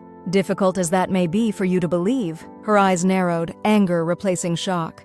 "So this, whatever this is between you and my father, it has nothing to do with me? With what happened? You expect me to believe that?" "I don't particularly care what you believe," I said, the coldness in my voice surprising even me. "Your opinion stopped mattering to me the moment I discovered you were sleeping with my husband." Richard inhaled sharply beside me, clearly not having expected such direct confrontation. Victoria flinched as if I'd slapped her, her cheeks flushing with color. "Annie, I've tried to apologize," she began, her voice lowering. "I've called, I've texted, I've done everything I can think of, and I've made it clear that I'm not interested in your apologies." I interrupted. "What you did wasn't a mistake, Victoria. It was a choice." A series of choices made repeatedly over months. Choices that showed exactly how much our friendship meant to you. That's not fair, she protested, tears welling in her eyes. It wasn't that simple. I did care about our friendship. I still do. If this conversation is going to continue, Richard interjected, his tone diplomatic but firm, perhaps we should move it somewhere more private. This isn't the venue for such a personal discussion. He was right, of course. Heads were beginning to turn in our direction, the intensity of our exchange drawing attention in the otherwise convivial atmosphere. There's nothing more to discuss, I said, looking directly at Victoria. I came here tonight to support Richard and the Historical Society, not to rehash your betrayal or listen to your justifications. Something shifted in Victoria's expression then, a hardening, a narrowing of focus, a calculation that made me instantly wary. Supporting Dad, of course, she said, her voice taking on a saccharine quality that set my teeth on edge. How noble. Nothing at all to do with dating your ex-best friend's father as the ultimate revenge. That would be petty, wouldn't it? Victoria, Richard warned, his patience clearly wearing thin. That's enough. But she wasn't finished. Does she know about Elaine, Dad? About how you were seeing her at the same time as that gallery owner last year? About how you've never managed to maintain a relationship for more than a few months since Mom died? Or is Annie special somehow? The accusations hit me like a physical blow, not because I believed them, but because they revealed the depths to which Victoria was willing to sink to hurt me, to regain some sense of control in a situation where she had none. Richard's face had gone completely still, a muscle ticking in his jaw the only indication of his anger. That's quite enough, he said, his voice quiet but carrying an authority that made Victoria step back slightly. You're upset, and I understand that, but spreading lies to hurt Annie reflects poorly on you, not on her. Lies? Victoria laughed bitterly. Ask him about Elaine, Annie. Ask him about Caroline from the gallery. Ask him about his pattern of charming women and then discarding them when they become inconvenient. I stood frozen, torn between defending Richard and questioning whether there was any truth to Victoria's accusations. Before I could decide, Richard spoke again. I dated Elaine Winters for 3 months last spring. I dated Caroline Santiago for 2 months the summer before that. Neither relationship became serious, and both ended amicably when it became clear we weren't compatible long-term. He turned to me, his eyes steady on mine. I have never dated multiple women simultaneously. I have never been unfaithful in any relationship. And Victoria knows that perfectly well. The simple, straightforward way he addressed the accusations, neither defensive nor angry, just matter of fact, reassured me more than any passionate denial could have. Victoria, seeing her tactic fail, switched approaches. Annie, please, she said, her voice softening, tears spilling down her cheeks now. Can we talk? Just us? I need to explain. No, I interrupted firmly. We have nothing to discuss, Victoria. Nothing to explain. You made your choices. Now you get to live with the consequences. So that's it? 10 years of friendship just over? And now you're with my father? Do you have any idea how that makes me feel? The audacity of her question nearly took my breath away. Do you have any idea how it made me feel to discover my best friend was sleeping with my husband? Did you consider my feelings even once during your months-long affair? She had the grace to look ashamed, her gaze dropping to the floor. I made a mistake, a terrible one. But this, you and my father, it feels like you're just trying to hurt me back. Again, not everything is about you, I said, my patience finally running out. Richard and I connected because we share interests, values, and a genuine enjoyment of each other's company. Yes, we met because of you, but what's developing between us has nothing to do with you. You expect me to believe that? She demanded, anger rising again through her tears. That it's just a coincidence you're suddenly interested in my father right after finding out about James and me? I don't expect anything from you, Victoria, I said wearily. Not anymore. But I will say this. Whatever is happening between Richard and me is genuine, respectful, and honest, which is more than I can say for what happened between you and James. Richard placed a gentle hand on my back, a silent offer of support that I leaned into gratefully. This conversation is over, he said to Victoria, his tone leaving no room for argument. You're upset, which is understandable, but this is neither the time nor the place for this discussion. I suggest you compose yourself and either enjoy the event or leave if you don't feel you can do so. Victoria stared at us for a long moment, her expression a volatile mixture of hurt, anger, and humiliation. Finally, she turned on her heel and stormed toward the exit, leaving a wake of curious stares and whispered comments behind her. "I'm sorry about that," Richard said quietly as we watched her go. "Are you all right?" I took a deep breath, steadying myself. "Yes, I think I am. It was inevitable, as I said. Better to have it happen here with a natural endpoint than in private where it could have escalated indefinitely." He studied my face, concern evident in his eyes. "You're remarkably composed for someone who just had such a confrontation." I smiled wryly. "Practice. The last couple of months have been one confrontation after another. Would you like to leave? I've made my obligatory appearance, said hello to the key donors. No one would blame us for making an early exit after that scene." I considered the offer, tempted to escape the curious glances now being directed our way. But something in me rebelled against the idea of being driven away by Victoria's dramatics. "No," I decided. "I'd like to stay. Enjoy the evening. Show everyone that we have nothing to be ashamed of, nothing to hide." He smiled, something like pride glowing in his eyes. "I was hoping you'd say that." He offered his arm.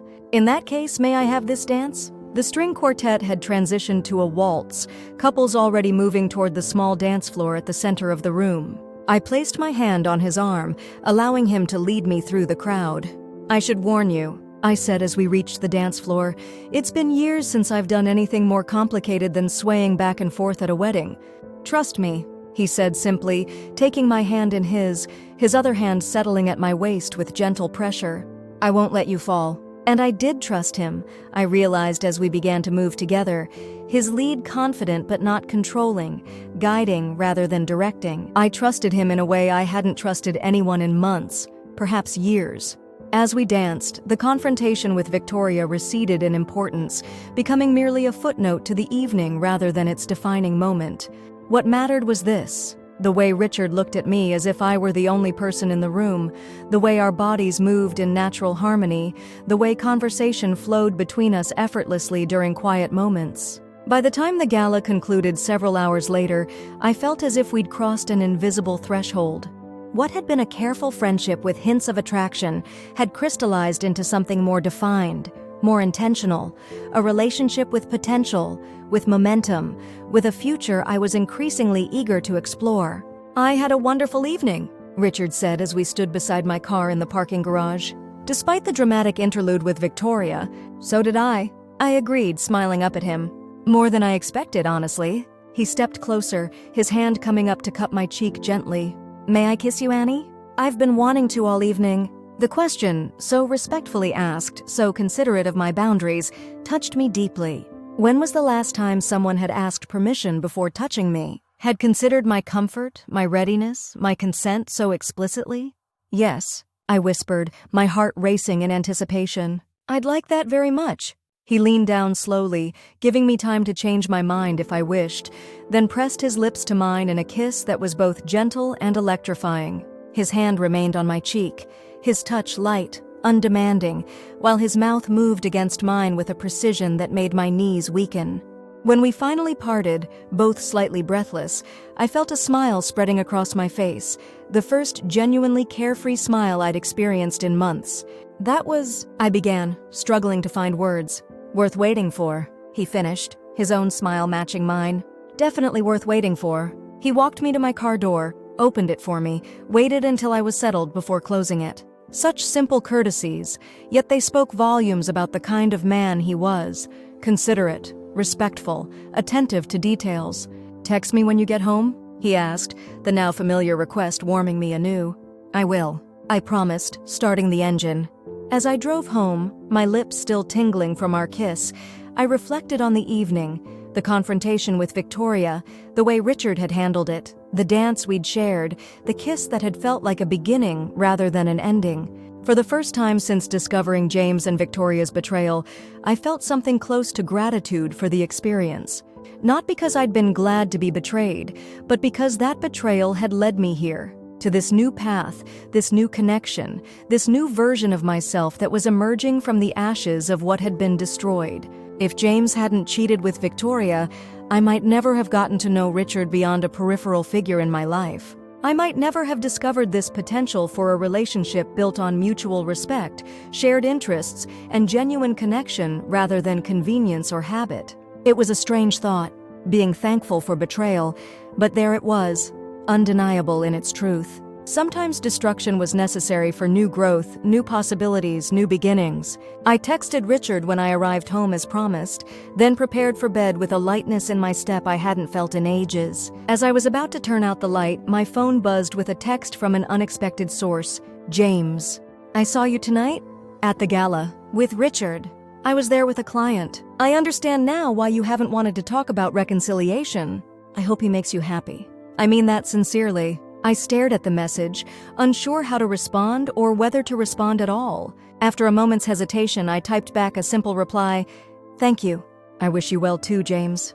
It wasn't forgiveness, not yet, perhaps not ever, but it was a step toward the kind of closure that would allow us both to move forward, to find happiness in new directions, with new people. As I drifted toward sleep, I found myself thinking not of revenge or betrayal or pain, but of possibility, of Richard's smile, his steadiness, his kiss, of the woman I was becoming, stronger, clearer, more authentically myself than I'd been in years. The path forward wasn't entirely clear yet.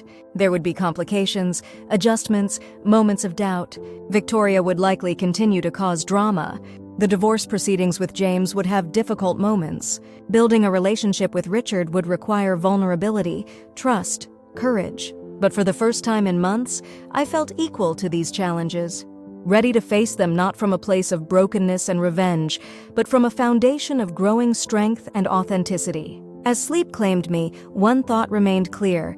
Sometimes the best revenge wasn't revenge at all, but living well, living truthfully, living with an open heart despite past hurts. My relationship with Richard hadn't begun as that kind of revenge.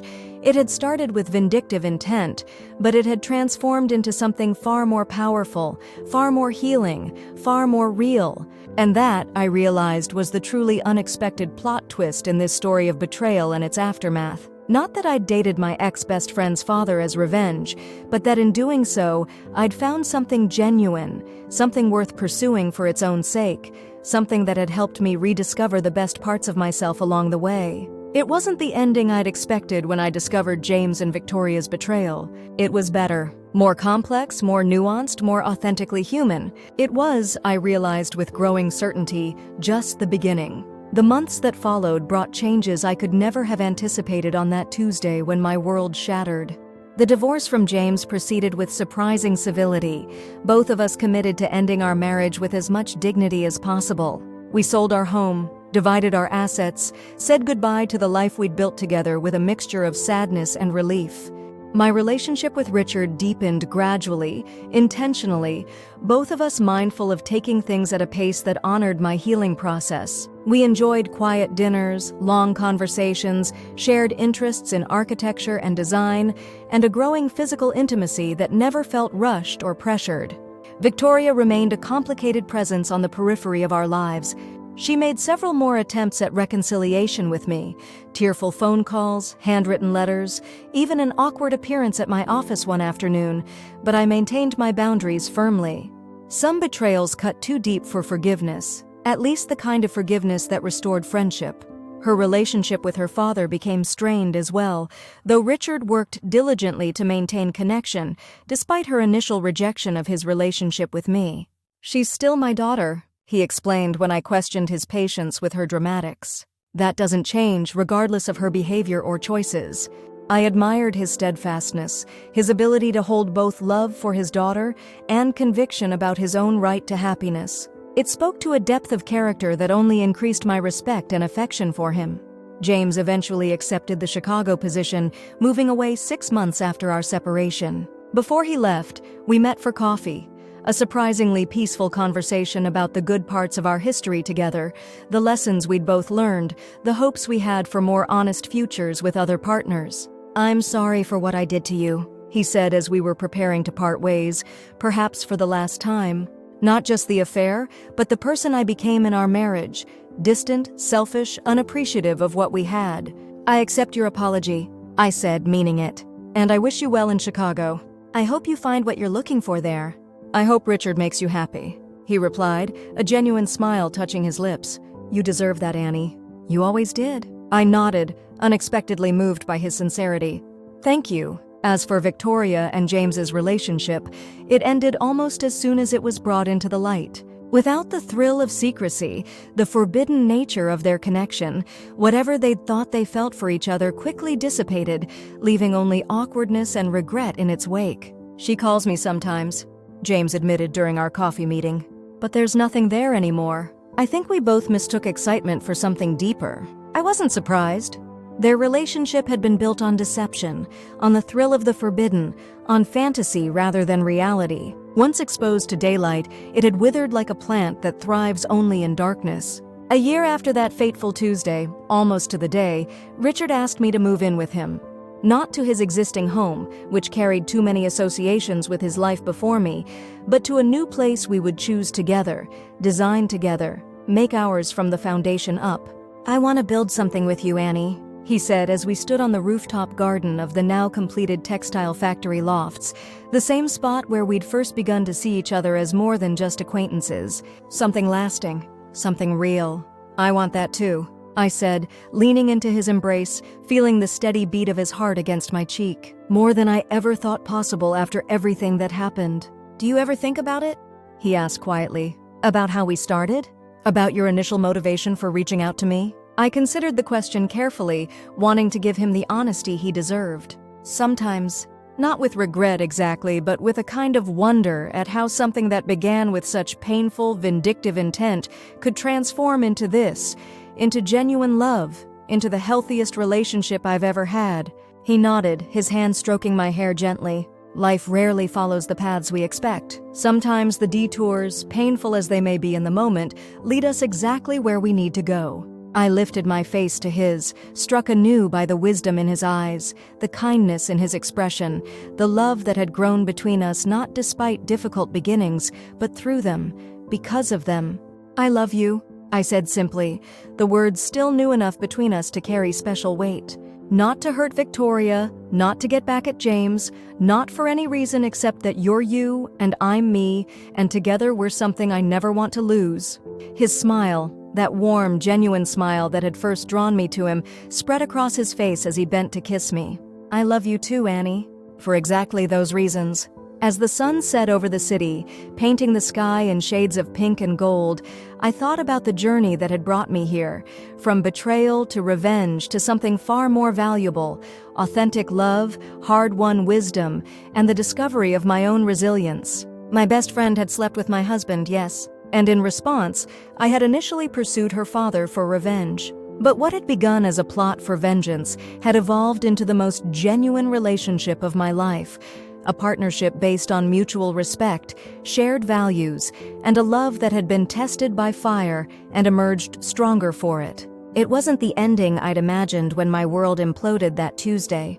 It was better, more complex, more authentic, more deeply satisfying than any revenge could ever have been. Sometimes I reflected as Richard took my hand and led me toward our future. The most unexpected twists in our stories lead us precisely where we need to be. Not where we thought we were going, but where we were meant to arrive all along.